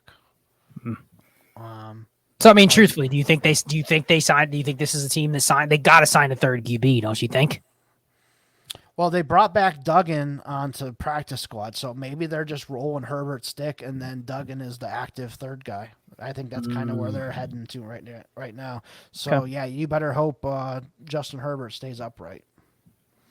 Running back, so they kept 4 like they have the last couple years: Eckler, Josh Kelly, Isaiah Spiller, Elijah Dotson, and I think all 4 of those are relevant in lineup and best ball. I'll keep all 4. Maybe Dotson in best ball isn't.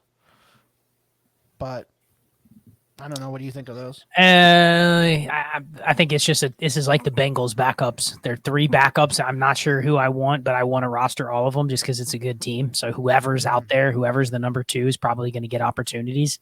But that's the only guy I want for best ball. Whoever the 3 or the 4 is on those teams, I'm not really interested. Lineup leagues, obviously all 4. Okay. I mean, and truthfully, this is one of those teams where I want all 5 receivers in best ball. Yep, You know, I agree. I want the top 2 tight ends in best ball. I think you can justify Donald Parham in best ball. He could have like 8 touchdowns if he's healthy. You know, like that's his role. Okay. And they're running backs in lineup. So this is a team where if you add lineup in best ball, Right.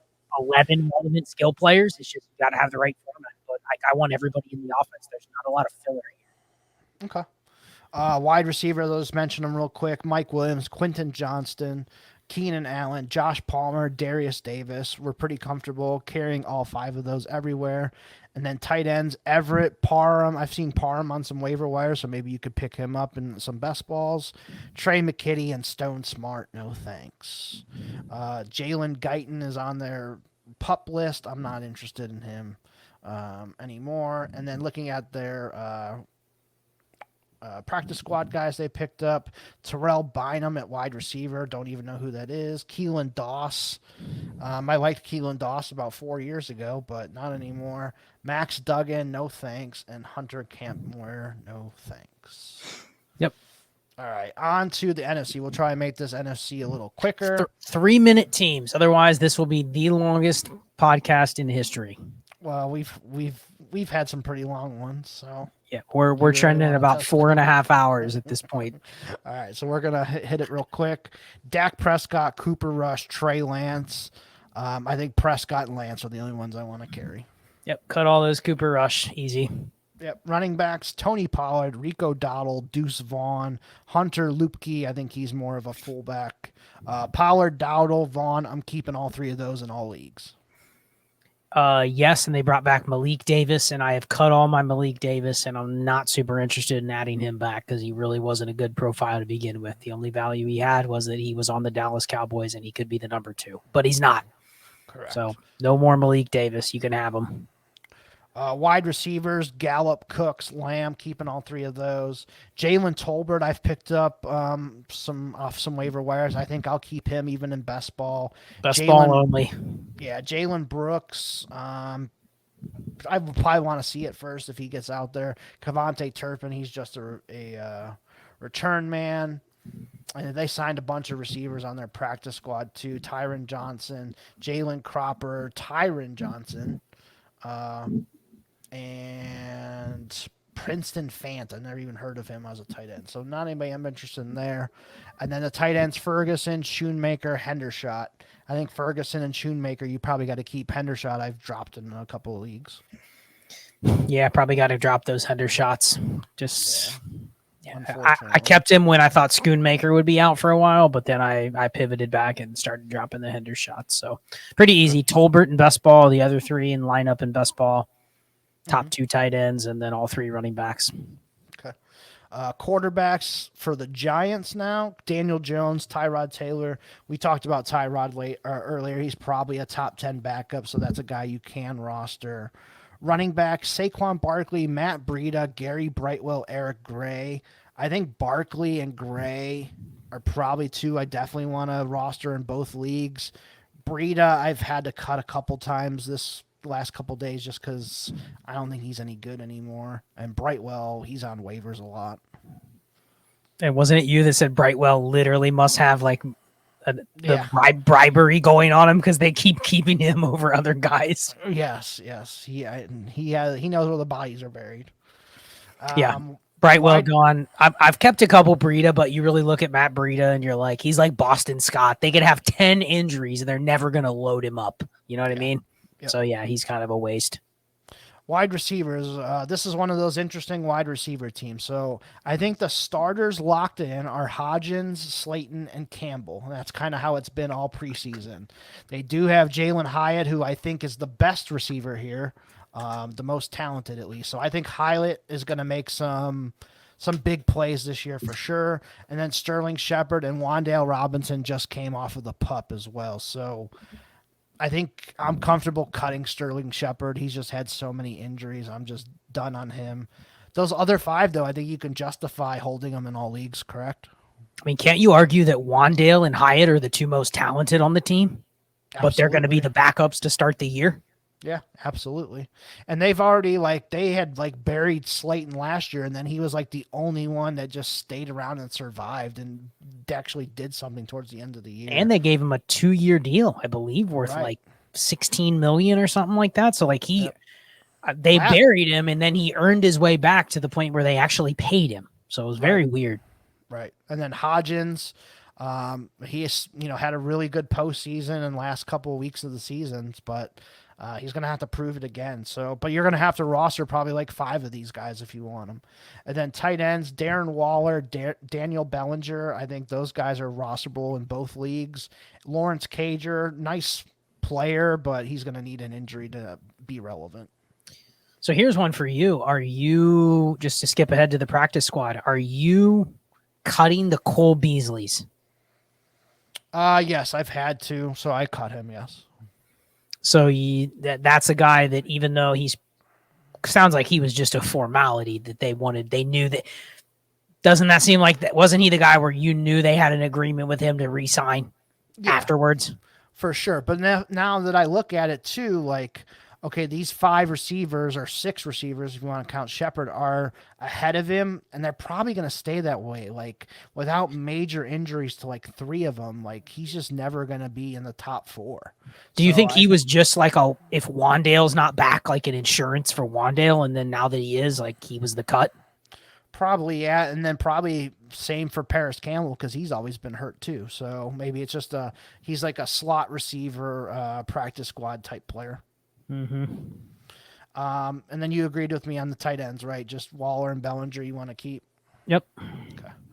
On to the Eagles now. So obviously quarterback Jalen Hurts, Marcus Mariota, and Tanner McKee. McKee I've kept in a couple leagues, but I think that's just deeper leagues. Mariota, I've cut him in a shallow best ball. I don't know. He just hasn't looked great. What do you think about Mariota and McKee?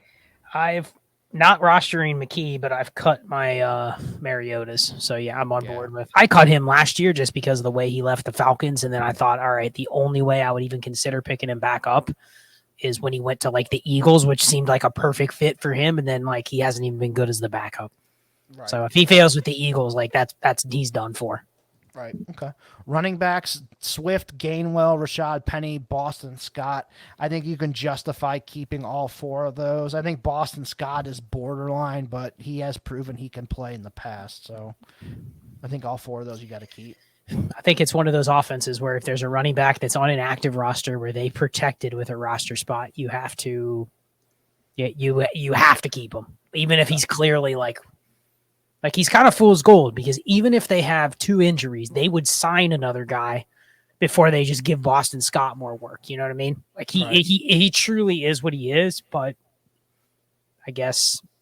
So let me ask you this from a strategy perspective. Does that change in a lineup league? Can you envision where you would ever start Boston Scott? Yeah, if all three of them are dead that are ahead of him. But assuming they don't all go at one time. Right. And it's just gradual. So let's say there's 4 games missed by Penny and Swift and Gainwell, but they're all at different times. Would you ever use Boston Scott? Probably not. He's probably like Chris Evans to me. Kind of the same deal. Just on a good offense. He's on the active roster, like you said.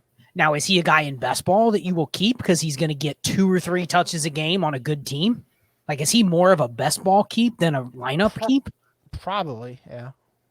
I could see that. Like, and when they play the Giants, for sure. And that's squinting to keep a guy like that in best ball because you're literally hoping for like the one play he's going to have all year. Yep. And then wide receiver. So this is kind of like the Titans almost. AJ Brown, DeVonta Smith are the only ones I want to keep. I don't even really want to keep Zacchaeus or Watkins, even in like best ball. I mean, maybe in best ball I could see it, but lineup definitely not keeping either of those two. Yeah, I'm good talking about their tight ends. Are you keeping all 3 tight ends? Well, they have 4 tight ends, so they have Goddard. Well, I'm not keeping Jack Stoll. Okay. We got that. I don't even count him. He's not even in my mind. That's what everybody was waiting for, your Jack Stoll take. Yep. No Grant Calcaterra and Albert O, one of your favorites players in the league. I think Goddard I'll keep. Albert O I'll keep. I don't think I'm going to keep Calcaterra or Stoll. Okay. I think I can get those guys back cheaply if I wanted them. I agree. Okay. And then anybody on their practice squad worthy of talking about? Honestly, not really. So, nope. On to the next one, Washington. So quarterback Sam Howell, Jacoby Brissett. Those guys are both keepable in all formats. Running backs, Brian Robinson Jr., Antonio Gibson, Chris Rodriguez Jr. I'll keep all 3 of those guys in lineup for sure. What do you think about best ball for Rodriguez? Man, it's hard for me to cut him because it really sounds like he was one of the guys they already basically gave that role to before the preseason even started. Yeah, they had like a 3rd round grade on him, I heard. But in best ball, that's also the kind of guy you should not have drafted. Because now you're like, he did everything you could have asked. And you don't even know if you want to keep him. So that should be like the learning lesson next year in the 3rd round, why you don't draft the running back there, because you're immediately going to be stuck in could you have asked for a better situation than Rodriguez behind the guys he's behind? Yeah. Like, I don't know if he's that much worse than Brian Robinson from like a talent standpoint. Mm-hmm. And then Gibson's very volatile, like they could bury Gibson at any point. Right. For sure. So like Rodriguez is in the perfect situation. He had no injuries, didn't look bad in preseason. Like everything went perfectly, and you're still in a best ball going, man, I can't keep him. Right. So let this be the lesson next year. When it's like the 3rd round, just don't even mess with the running backs. It's a totally opposite theory of lineup. Right. Wide receiver. So I think McLaurin, Dotson, and Samuel are pretty safe to keep everywhere.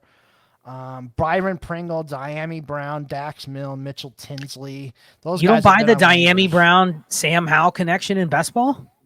I don't think so. No. Interesting. So you'd rather roster Jalen Tolbert over Diami Brown? Yes. Yep. Okay. I mean, I could see Diami Brown having a couple games. Like it's not. He did last year. Yeah, it's not out of the question. I just don't have any of them anywhere, to be honest. So. I kind of gave up after him after he sucked after 1 year. I think that's a blind spot, but I mean, how can you not buy into the Diami Brown, Sam Howell narrative? Yeah, that's true. I mean, we're rostering Trent Sherfield. I agree. Yeah, maybe I need to change my my roster, my shares. And I'm not attacking you, but that just highlights the bias we have because Diami Brown was a bust for being like a late 2nd round rookie pick that we just leave him for dead and we'll never buy in. I mean, like maybe players just get a little bit better to where he can be a wide receiver 3 or wide receiver 4. Yeah. I just don't want to wait 4 years for it, but you've already waited. Well, yeah, he waited. We're 3 years in now and he's with his college quarterback. What more can you ask? Yeah. Okay. All right. Tight ends. I mean, let me, I'm going to hammer you on this. Diami Brown or Jawan Jennings? Jawan Jennings. Diami Brown or Braxton Berrios? Braxton Berrios. Noah Brown or Diami Brown? Noah Brown, easy. Laviska Shenault or Diami Brown? Diami Brown. Is that because Laviska Shenault's not actually a receiver? Yeah, I don't know what the hell he is. Let's see if there's one more that I can find in here. Marquise Diami Brown or Diami Brown. No, not Marquise Goodwin. How about Tutu Atwell or Diami Brown? Diami Brown. Okay. So it's not like out of the question, but it's just, I don't know. We got burned on him so much, I just kind of forgot about him. But yet there's other guys where they've just never done anything, but we'll pick them up. Like Deontay Hardy, I was all in on that one. I had picked up a bunch of him during the offseason, and that was just because he had some games. Right, but he was a UDFA that nobody expected ever to do anything, and now he's ahead of Diami Brown. Even though reality is they're probably the same thing. Right, then I actually saw him do something. I actually saw with my eyes Diami Brown do nothing. So I think that's kind of what it is for me. Okay. Interesting exercise there. Yes. Tight ends, Logan Thomas, Cole Turner, John Bates, Curtis Hodges. I think the only two I'm interested in are Thomas and Turner. Yeah, I saw Thomas was fully cleared, so no more injury designation. So I like him and Cole Turner. It could be either one, but nobody, I think those are both like outside the top freaking 50 tight ends, almost damn near, you know? Yeah, probably. And then they kept Derek Gore on their practice squad. No, I'm not interested in him. So, yep. Moving on to Chicago, quarterbacks, Justin Fields, Tyson Bagnet. I think Bagnet's probably, I've seen some people picking him up in deeper leagues, but probably not somebody I'm going to pick up in like a regular, like 30-man roster league. I have been adding him only where I have a taxi. Yes. But that's just because he's athletic and he has a backup job for now. But exactly, that's it. Running backs: Khalil Herbert, Deontay Foreman, Roshan Johnson, Travis Homer. Those top three you're keeping in every format. Travis Homer's on every waiver wire. Yep. Wide receivers: DJ Moore, Chase Claypool, Darnell Mooney. I think those three pretty much rosterable everywhere. Tyler Scott. He on MFL right now. He's listed as a free agent, but he didn't get cut. So MFL thinks he got cut. Yeah, he didn't get cut. So if you see that, don't cut Tyler Scott. There will be people that cut him because it says FA. Yep, and I'll be glad to pick him up. But the other guys I don't want. Velus Jones, Equanimeous St. Brown, and Trent Taylor. I'm not interested in any of those guys. Yep. Tight ends, Cole Kmet, Robert Tonyan, Mercedes Lewis, the Packers tight ends reunite again. I think Kmet's the only one I want. I think Tonyan and Lewis are kind of just done. Agree. Okay. And then on their practice squad, anybody of note? Nope, that would be it. All right, on to the Detroit Lions. So quarterback Jared Goff and Teddy Bridgewater is the backup. So you mentioned Bridgewater earlier. Is he one of your guys that you're going to keep?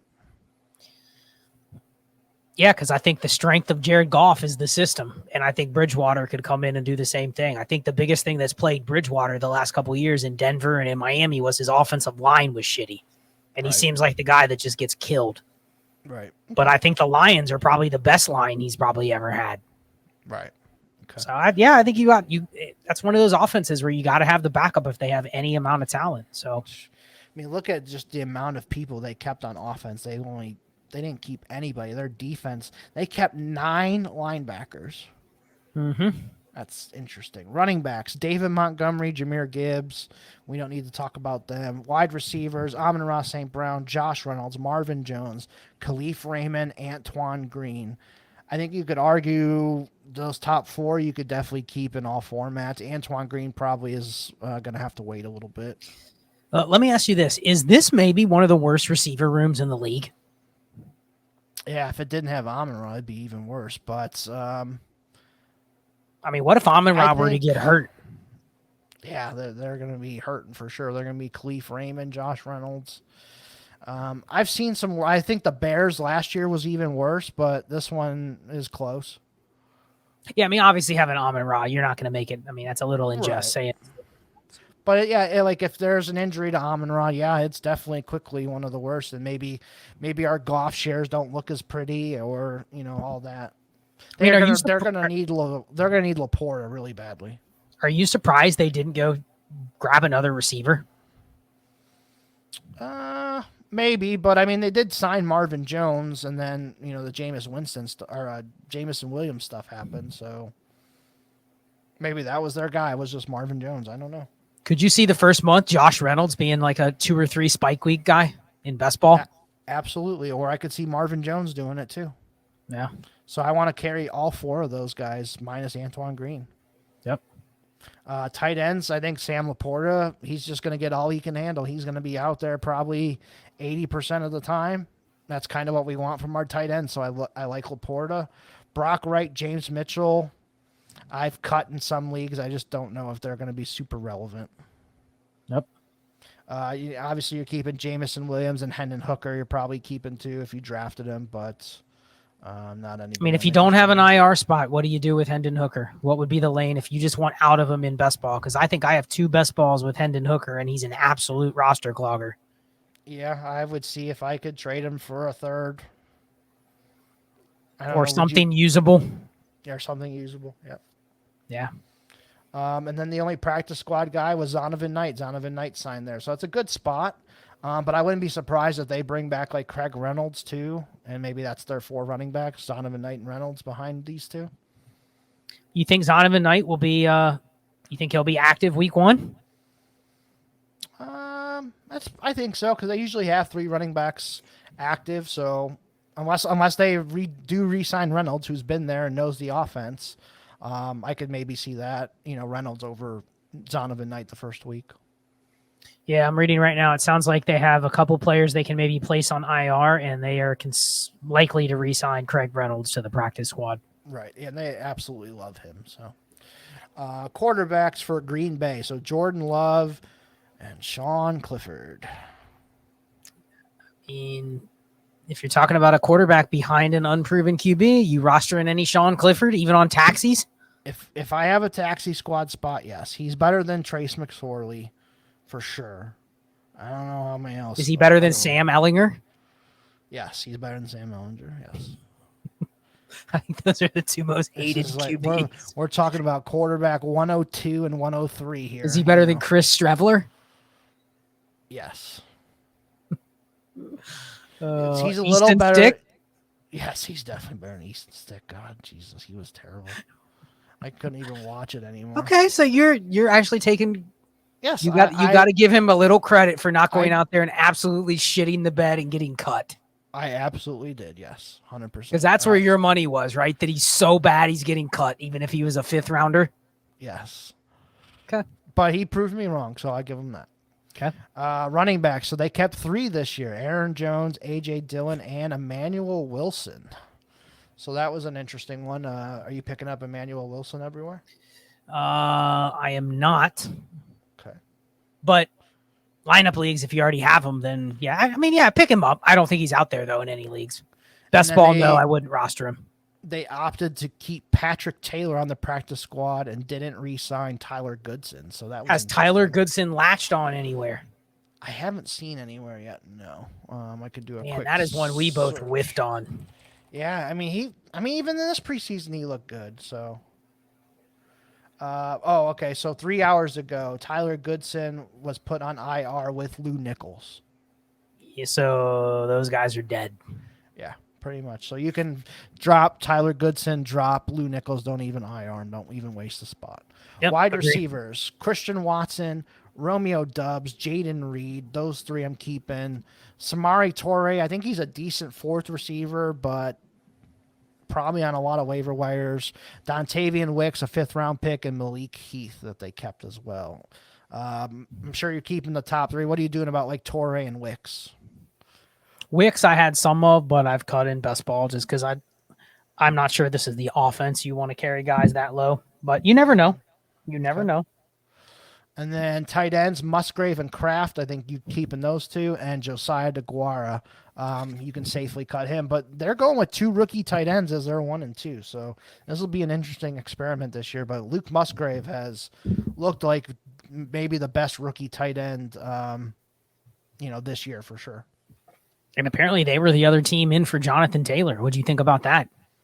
Yeah, that was interesting. I wonder if like maybe AJ Dillon would have been a part of the package back. I mean, But if they Dillon's a kept- free agent, so maybe they're Yeah. going to be the team in on Taylor next year if he's in free agency.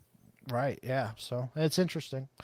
On to Minnesota now. So quarterbacks, they kept 3: Kirk Cousins, Nick Mullins, Jaron Hall. Or Jaron Hall, not Hall. What do you think about Mullins and Hall? Yeah, this is a tough one because Mullins is probably the guy that would play if they needed a starter, but Jaron Hall is probably the better player. I think I agree with that. Yep. But I don't really want either one. So Either one. yeah, Okay. I'm good not having either. Like I know there's some people that drafted Jaron Hall, but like I don't even really want Jaron Hall. Okay. Running back. So Madison, Kenne, and Longnu, Ty Chandler, Miles Gaskin. I think Longnu is just strictly a return guy, like maybe the 4th running back. I think it's Madison, Chandler, Gaskin, and Chandler and Gaskin can probably battle for the RB2 job once Gaskin gets up to date with the playbook. I mean, I think you were right too, as you said all year, like the guys that are valuable, Madison or Zonovan Knight and Gaskin probably landed in 2 of the better spots. Mm-hmm. And Ahmed, same thing too. If he got cut instead of Gaskin, Ahmed could have landed in a good spot, and I would have been interested. Yep. So, yeah, if you kept Miles Gaskin for that, congratulations. You might have the Vikings RB2 at some point. They kept 4 tight ends here. Yep, 4 tight ends. Hawkinson, Oliver, Johnny Munt, Nick Muse. Muse had some good games in the preseason, but I'm not keeping Munt or Muse. I'm interested in Oliver and Hawkinson, though. I mean, could you see where Oliver has like 5-6 touchdowns too? Because of the money they spent? Like, he's going to play. And they want to play with 2 tight ends at some point, so for sure. Wide receivers, Jefferson, Addison, Osborne. You're keeping those 3. Jalen Naylor and Brandon Powell are interesting, but as of right now, I'm not going to pick either of those up. But if there's an injury to Osborne or something, I might be interested in Powell or Naylor. Yep. Then on the practice squad, they did bring back Dwayne McBride, but I think you said you're not interested in Dwayne McBride anymore. I mean, people have asked me, but if I don't have a roster spot, then that he's no different than a lot of these other guys we've cut. I don't care if he had a little draft buzz, like people, but you'll notice people will hold on to guys like Dwayne McBride, but then they will cut somebody like, Miles Gaskin, or they'll cut somebody that's in their 2nd or 3rd year that also gets cut. Like to the NFL, these guys are literally the same. Right. Okay. So you can cut Dwayne McBride for somebody that's on a team. I'm fine with that.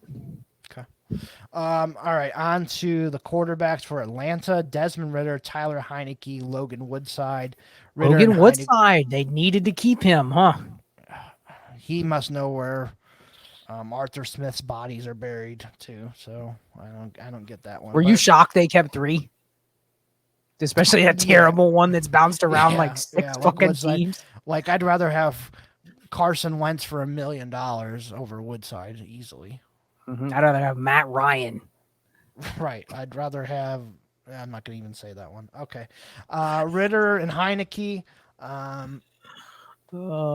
think you're keeping Ridder or Heineke everywhere, right? Yep. I think Heineke's probably the best backup to have, if not top 3. Absolutely. He's definitely playing this year. If I had to put money on it, he's definitely playing. Yep. Running backs: Bijan, Algier, Cordell Patterson, just how we thought it was going to be. We thought maybe there was a 4th, but they had to have Logan Woodside and that 4th tight end over Godwin Igwebuike, so whatever. So you're keeping all 3 of those. Wide receivers, I think the only 2 worth keeping are Drake London and Matt Collins. This might be the worst wide receiver room in the league. I mean, Josh Ali made the team. Yep, Josh Ali, a college free agent from last year. Scotty Miller, Daryl Hodge is listed as the starting slot, but I don't think he's going to be the starting slot. This receiving game is going to be putrid. So does this make you a little higher on Pitts and London and redraft just because it's going to be so, like, would you be shocked if those guys get 30% or more each? They should, yeah. But it was the same last year, too, and it still didn't work out. And it's kind of the same quarterbacks. Well, the problem is it was 30% of such a low amount. Exactly. That's another thing I always bring up. If it's just a moderate amount, right.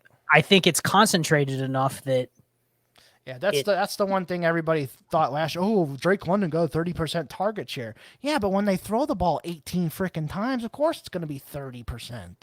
Yeah, Eric, doesn't half 50. a pizza sound good until it's a 6-inch kid's pizza? Right, exactly. So You're like, half just a crazy. pizza ain't shit. Right, crazy. Yeah, Kyle Pitts at tight end. Oh, back to the receiver real quick. Mac Hollins.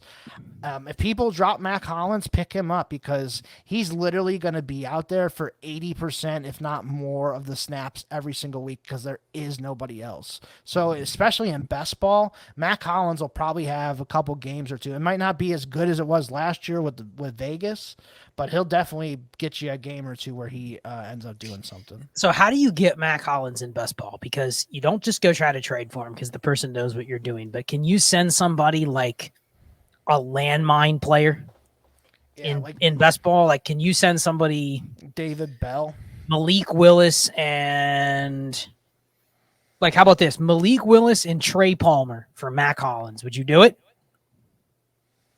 Yeah, I get to free up a roster spot and get Mac Hollins. Yeah, I probably would. And do you think that's a deal people might accept? Probably, yeah, because Trey Palmer's got a little bit of buzz. Malik Willis and Richie James. Yeah, that's probably another one you could get done, yeah. I mean, the key is win up the two spots and making it seem like they're getting two pieces, but really you're getting rid of an extra piece. Right, exactly. I agree. Tight ends, I think the only ones worth rostering are Pitts and Jonnu. I don't want Michael Pruitt or John Fitzpatrick. You think Jonnu's a hold in best ball just because there's just so few good players on the whole team?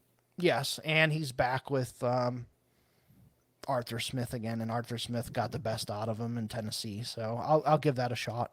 And do you think this depth chart points to they are going to use Cordero Patterson more as like a hybrid receiver type?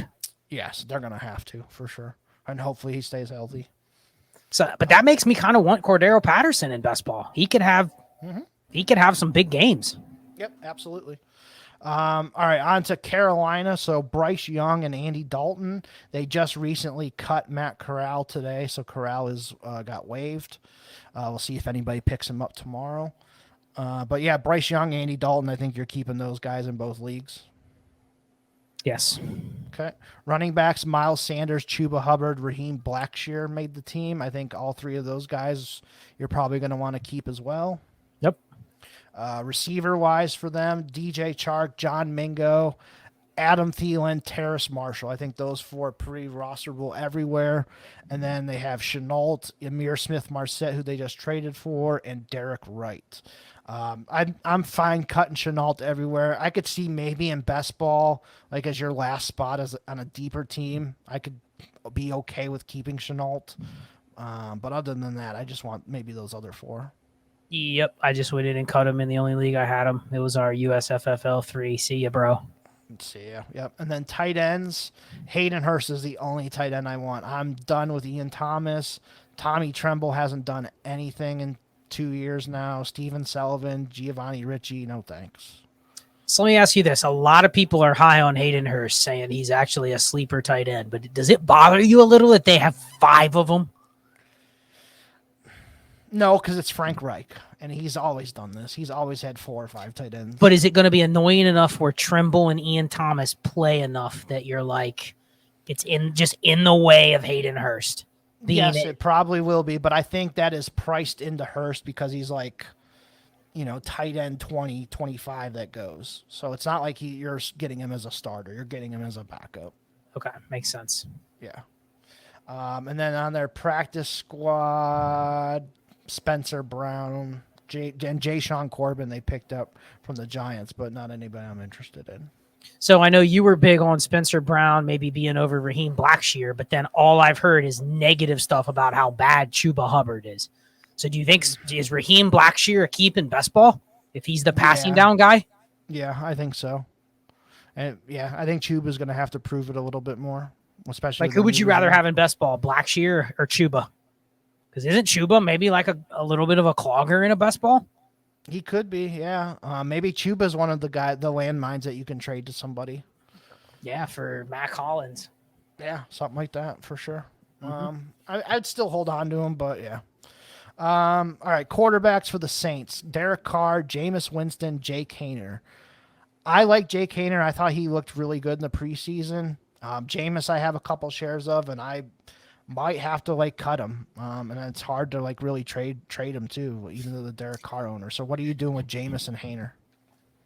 I mean, the problem is Jake Haener has no chance of playing over Jameis Winston. I agree. For this year. And then you got to assume Jameis Winston will be out and Jake Haener will be the backup. But it's hard to carry Jake Haener right now unless you have a taxi. And I have a shit ton of Jake Haener. I have 10 Jake Haeners. But I know a couple of them are on leagues where there's no taxi. It's like those ones I probably got to cut them. Mm-hmm. It's a bad landing spot. If he would have landed in Arizona, he'd be 30 spots higher in the QB ranks because he probably would be the starter. Right. I agree. So I think you got to cut him. You got to keep Jameis over Haener, and then hopefully you got him on. I think I have him on practice squad or a taxi squad league, so I don't have to cut him. But yeah, I get it. All right, so running backs: Jamal Williams, Kendre Miller. For some reason, they have Kirk Merritt listed as a running back on here. That's not right. I don't think. I believe Kirk Merritt is moving to running back. Oh, okay. Well, that's interesting, I guess. I've never seen him. I don't know if he's actually going to be used as a running back, but right. Okay, that's it'll be interesting. He's very athletic, and I looked him up because I saw that someone asked me about, am I interested in Kirk Merritt for any running back on a 53? So I looked into it, and it does look like he's shifting to running back. But he's also 6 foot 205, so it's not like he's a weird size. He's actually the perfect size for. Yeah, he's kind of like Ty Montgomery. Yeah, so maybe he is a. Okay. Maybe he's just one of those guys to keep an eye on because you never know if he learns the running back position. Shit, he could be a pass catcher because he's already knows how to play receiver and run routes and stuff. Absolutely. Yep. So maybe he is one to keep an eye on. I never even thought about it until a day ago when someone said, "Should I keep Kirk Merritt because he's technically on a 53?" And I'm like, "No, he's a receiver." And then I'm like, "Oh, wait a second, looks like he's moving to running back." Okay. Wide receiver. So Michael Thomas, Olave, Rashid Shaheed. I think those three are probably pretty safe. They just had to bring back Keith Kirkwood and Traquan Smith. It's the same two receivers forever. Yeah. Traquan and Kirkwood, you can cut everywhere. A.T. Perry, I'm still interested in. I will keep him. I think I would even in those best ball leagues, I think I would hold on to him as kind of like Charlie Jones, Osavis, kind of same player. Mm-hmm. So I'm good with that. Tight ends, Juwan Johnson, a lot of people's favorite breakout. Foster Moreau, I haven't even really seen anything from Foster Moreau, so I've kind of cut him everywhere. Taysom Hill, he's going to have a game or two, so you might as well keep him in. And Jimmy Graham. I've had to cut Jimmy Graham on a couple teams where I just had to have a roster spot. I just don't want to deal with him fighting for playing time with Moreau and Taysom Hill. So in best ball, can you see Jimmy Graham having 2 games? Yes, absolutely. So I think in best ball, it's probably the best place to keep him, or in a 2 tight end league or a very high tight end premium league. But other than that, I probably had to cut him. I mean, would you say Jimmy Graham over Foster Moreau in best ball? Yes. Yep. Yep. Me too. Agree. And then they brought in Jordan Mims from Buffalo and Tony Jones. They brought back on their practice squad. Not anybody I'm interested in, but just to kind of note them. Mm-hmm. Tampa Bay. So quarterbacks Mayfield and Trask.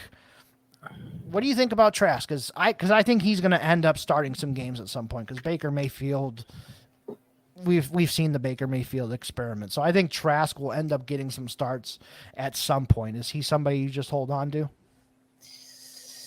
I think I have 1 share and it's in best ball. So in best ball, is that a guy you would prioritize over some of the guys are better quarterbacks? Just because you think there's a higher likelihood he plays even without an injury? It depends on how many roster spots. You roster Trask over Minshew. Yeah, I think I would. Just because Minshew's not getting in unless there's an injury. Yeah, and I know Trask is going to probably start here in week 5 or week 6. Maybe after their bye in week 5. I think it goes back to what we talked about in the beginning. You need to have a plan when you roster those kind of guys in best ball. You can't carry 5 of them. So if you have Trask, you're okay, that's the bet I'm making in this league. I'm not keeping any other backups. Right. Running back. So Rashad White, Chase Edmonds, Keyshawn Vaughn, Sean Tucker. I think all 4 of them you could justify keeping right now. I think if I had to cut one of them, it would be Vaughn. Yeah, because this is his 4th year and he's never done anything. Yeah. So, and Tucker, I could see Tucker like being like the backup here, or maybe he pushes Rachaad White. I don't know. Would you sell Tucker for a 3rd?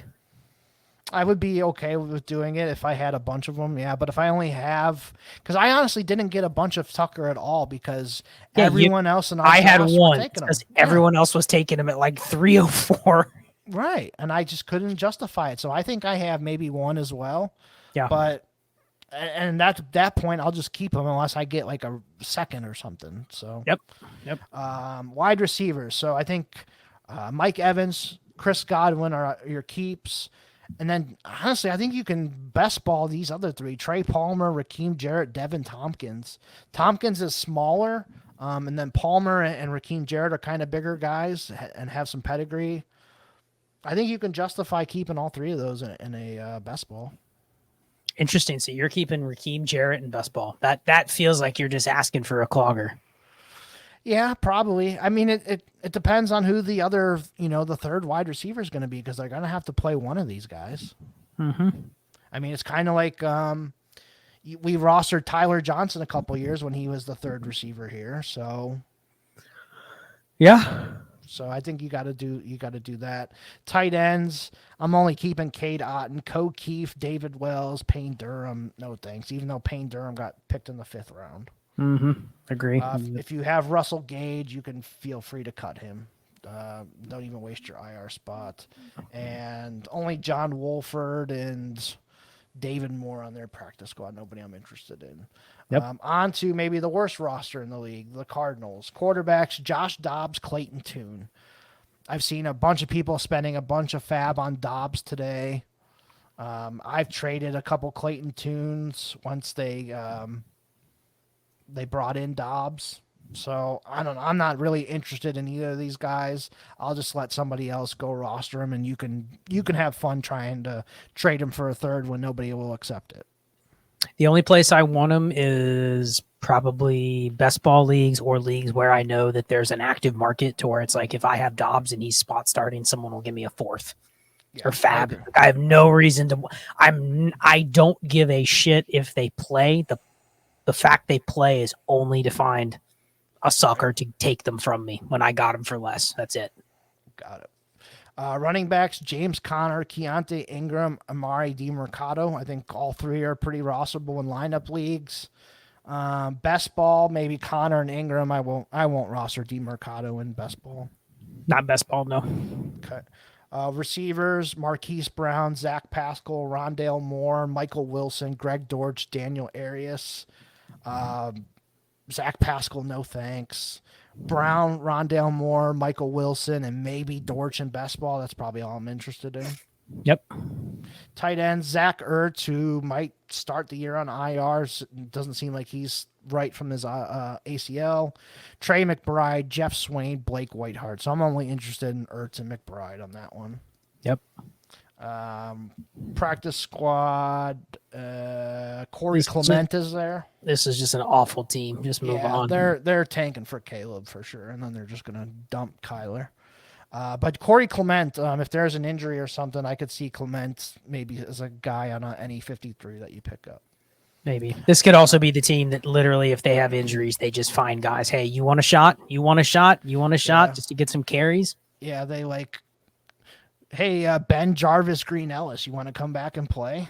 Benny Snell, you want to sign? Yeah. Justin Jackson, you want to come out of retirement? Yeah. Brian Darrington Evans, that'd be the 8th team that's brought him in. Yeah, somebody. Ugh. All right, quarterbacks for the Rams, Stafford and Stetson Bennett.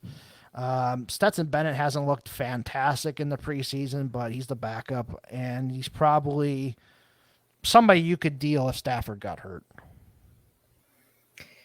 Yeah, I don't know. A lot of people were really high on Stetson Bennett, saying he's going to get opportunity, but then he's looked bad in the preseason. But I can also see a path where if he plays, I mean, he does have McVay. You know what I mean? He does have at least a competent coach that's not going to probably ruin him. So, yeah, I would sell Stetson Bennett, though. I think his value as a backup is probably higher than what I actually care about for a backup. Right. Like, I'd much rather have Taylor Heineke over Stetson Bennett. So if someone will give me a third on top of it, I'll do that trade 100 out of 100 times. Easy. Okay. Running back, Akers, Kyron Williams, Ronnie Rivers, Zach Evans. So Akers and Kyron Williams, I'll roster in all leagues. Ronnie Rivers, I'm not interested in. And Zach Evans, though, like, he didn't prove anything in the preseason either. If I could sell Zach Evans for like any third, I would do it. Zach Evans and Malik Willis is how you get Mac Hollins. There you go. You in best ball, someone takes those two, and they're absolutely, they do zero the whole year. Yeah. Evans didn't impress at all in the preseason. So, wide receivers, I think this one's pretty easy. Van Jefferson, Cooper Kupp, all leagues. These other guys are maybe best ball only. Puka Nacua, Ben Skoranek, Demarcus Robinson, Tutu Atwell. Yeah, I mean, you sold me a Puka Nacua. I did, yes.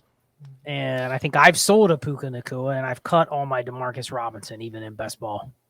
Yeah, I mean, I picked up a couple of him, but I just need the roster spot, and he's going to be buried here. So, yep.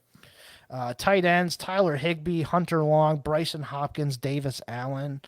I think Higbee's the only one I really want to roster, but these other ones are at least interesting. I'll keep an eye on them. I mean, honestly, can you see a world where Higbee's a top 10 tight end again? Absolutely, because if you look at whenever they were missing the third receiver for the Rams, that's when Tyler Higbee always ate. And this team only has two good receivers. So Higbee should be... He could have a Gary Barnidge type year where he just goes crazy. Yeah. On their practice squad, Brett Rippon, Tyler Johnson, Royce Freeman, just a couple names, but nobody I'm like going to carry right this moment. Two more teams. So 49ers, quarterbacks, Brock Purdy, Sam Darnold, Brandon Allen. Purdy and Darnold are the only ones I want to keep. Could you see a world where Brandon Allen gets in and looks okay? Yeah, if these two quarterbacks ahead of him die again, I could see it. I mean, that's it. I mean, it's possible. We've seen it with this team. So, running backs: Christian McCaffrey, Elijah Mitchell, Jordan Mason, Tyrion Davis-Price. I think all four of them you probably have to roster, right? Just because of the way these other two in front of them get hurt. I think lineup, yes, but best ball, I think Mason and Davis-Price are cloggers. Okay, I could see that. Like, at best ball, it's hard to carry guys that are in that spot. So, yeah. Okay. Receivers, Brandon Aiyuk, Deebo Samuel, Jawan Jennings, Danny Gray, Ronnie Bell, Ray McLeod. I picked up quite a bit of Ronnie Bell, so I own a lot of him right now. It's probably hard to justify keeping him outside of best ball right now. Mm-hmm. But Aiyuk, Deebo, Jawan Jennings. Jawan Jennings is maybe a clogger too, but he's going to have a couple games. I mean, you look more at this and you're like, all right, outside of Deebo, Aiyuk, Kittle, and McCaffrey, Jawan Jennings is probably their fifth best receiving option. Yep. Agreed. And in best ball, you got to roster the number 5 receiving option on the team. Because, I mean, wouldn't you say after Kittle, their tight ends are all dead zeros? Yeah. And that's Charlie Warner, Dwelly, Braden Willis. I'm not interested in any of those guys. Yep. All those guys are zeros. Cameron Latu went to the IR. I'm just dropping him too. Mm-hmm. So, then last team here, Seattle. So quarterbacks, Geno Smith, Drew Lock. I know I've talked about Drew Lock quite a bit lately. He looked really, really good in the preseason. I think he's definitely in my top 6 of backup quarterbacks I want to roster. Yeah, because he inherits maybe a good offensive line, 2 good running backs, 3 good receivers, and a couple good tight ends if he gets in. Like, he gets in there, and it's almost like a script of how he could just have a good game or two, you know? Because he is mobile a little bit as well. Like, he can give you a couple on the ground, too. So, yeah, got to pick Drew Lock back up. And if he just gets the clean pocket and he can make the read and the throw, he can make every throw, every read correctly out there, man. He just... when he has the time to throw, it's pretty. So definitely a fan of Drew Lock right now. Running backs, Ken Walker, Charbonnet, DJ Dallas, Kenny McIntosh. I've dropped some DJ Dallas. McIntosh, I think I've held on to so far, but I don't know. What do you think about him? I think if McIntosh was healthy, they would probably have considered not keeping DJ Dallas, but because he was injured, it's hard to justify cutting DJ Dallas, who's literally been in this role for 4 years. Okay. But I'd rather have McIntosh. But Yeah, the injury hurt McIntosh. He had that window where he was the only guy, you know what I mean? He could have solidified that role, and then he gets hurt like a week later or a couple days later. Okay. And then wide receivers, DK Metcalf, Tyler Lockett, JSN. Those three you're keeping. Derek Young, Cody Thompson, Jake Bobo. I've seen people picking up Bobo.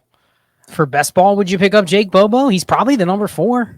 Yeah, I could see it. Maybe as a fourth guy. Like, in the past, they've had Freddie Swain do good as like a fourth. They do have D. Eskridge, but he's suspended. Yeah, he's suspended. I'm just cutting him. I'm done with him. Like, he can't stay healthy. He keeps doing all this dumb shit. I'm just done with him. So where are you at with the backup tight ends? Would you still roster Disley? Yeah, I think Disley and Parkinson. Parkinson's probably not on most teams. He could probably be on the waiver wire. But if Disley gets hurt again, I really like Parkinson. I think Parkinson can play because I've seen a couple plays from him. He's done good. Disley, he's going to have a game or two. Hopefully Noah Fant numbers do better this year. He's a better player than what he showed last year. I think he was hurt last year a little bit too. So hopefully he's healthy. This is a really good offense, man. They have 2 really good running backs, a very underrated athletic tight end, and maybe the best trio of wide receivers in the league. So, this is a team I'm very high on. You regret Shane and I did a video the other day, and I don't know if it's going to get released because the audio wasn't great. Do you regret not getting more Geno Smith? Well, you know me, I kept picking him up every single week. Like 2 years ago, like whenever I had a free IR spot. So,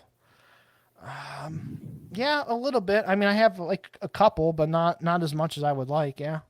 I mean, do you regret you didn't buy more in even at his price now, or do you think it's better move to just be good? Yeah, I mean, if I can buy him for a second, sure, but I don't think anybody's selling him for a second.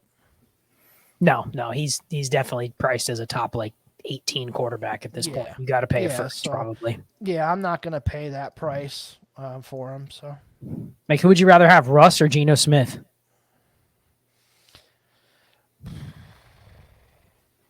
It's tough, isn't it? It really is. They're probably like back to back on our rankings. Like, if Geno just doesn't fuck it up, he's going to have these weapons for at least a year or two, right? Yeah, I think I'd rather have Geno. I think one guy that I have moved above, like Geno and Russell Wilson and Kirk Cousins, is probably Kenny Pickett. Okay. I think I've moved him above those like type 3, but would you take Carr over Geno or Geno over Carr? I think I'd go Geno. Okay. But it's close. I think they're in the same range too. Okay. So, yeah, I mean, Geno's still pretty good, for sure. All right, well, that is it. Are you ready to play America's favorite game real quick before we get out of here? We'll do an easy one. I'm ready, yep. Favorite wide receiver? Doesn't have to be active, could be all-time. Whew. Favorite wide receiver of all time? I'd say it's a 3-way tie. I would say Ocho Cinco. That's one of mine for sure. I would say Michael Irvin. Okay. And I'd probably have to go with, it's probably a tie between, how about the guy that's hanging up on your wall behind you? It's not, he's there. He's probably top 5. I would say Darnay Scott, because that was the first receiver when I was a kid. Damn, no, not Carl Pickens? That I like. Nope, Darnay Scott I liked over Carl Pickens. You probably got to put Adrian Green up there just because he's probably not going to make the Hall of Fame, even though he's really close. Mm-hmm. I think if he would have had like 1 or 2 more semi-healthy years, he would have made it. But I also think it's going to hurt that he played for the Bengals versus another team too, because he just was like, he just had like no personality. Like, did you ever hear him even do like any commercials or anything? No. Like, he's just like a really quiet spoken guy that like is just never was in the spotlight. So, yeah, like I think that's going to hurt him compared to some other guys. So, okay, yeah, I agree with you on Chad Johnson. He's definitely one of my favorites. Always liked watching him play and just his antics and all that. AJ Brown's probably my favorite right now. Playing, I've always been a big AJ Brown fan. I did like Jarvis Landry quite a bit. He was just a really good player, a good gamer. One that I always used to like watching, even though he was on the Steelers, was Hines Ward, just because the way he played the game too. He did everything, blocking and all that. And then just from like my Browns fandom from back in the day, I always liked Kevin Johnson from like the early 90s or the late 90s, early 2000s. Dennis Northcutt, that was another one that was always really good, even though these guys were like not highly drafted or anything. So that's just a couple of mine. Yeah. Well, there's two that I didn't. One that I forgot to mention that was mine, and you'll be able to relate. The other one, you didn't say Trey Quinn. Stop. And then, okay, let me ask you this, because I saw this debate the other day randomly. I was down a rabbit hole, and it was talking about the best, most electric college players of the last 25 years. Okay. Yeah, I have two on the top of my mind. And I'll just say this was one of my favorites. You can maybe say Reggie Bush. Okay. Mm-hmm. Was there a more electric kick and punt returner than Ted Ginn? At the college level, probably college not. level only. To where it was like literally that was one of the dudes where whenever he returned it, you were like he could be gone.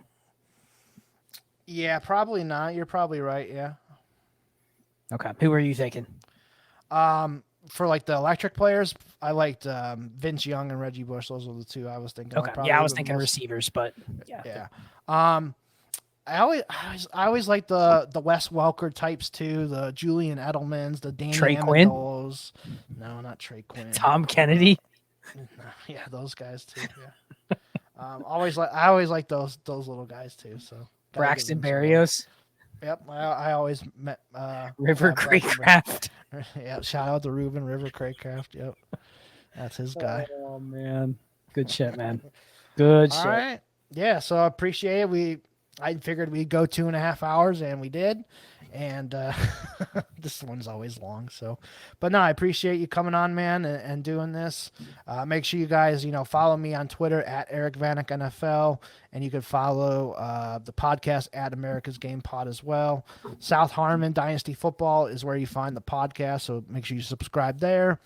At South Harmon FF on YouTube to subscribe there on YouTube. This little post on Thursdays.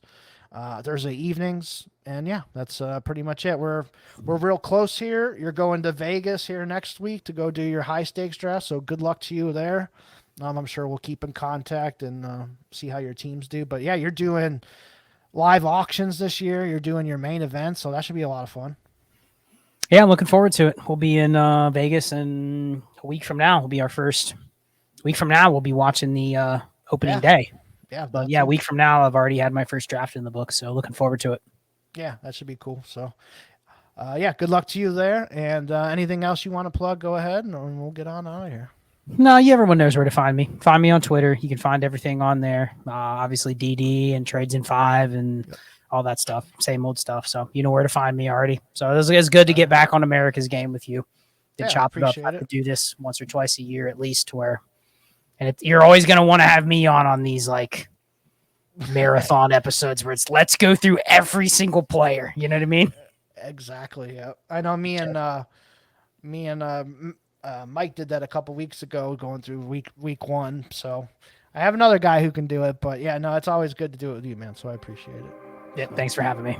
You're welcome. All right, guys. We'll see you next week for episode 6.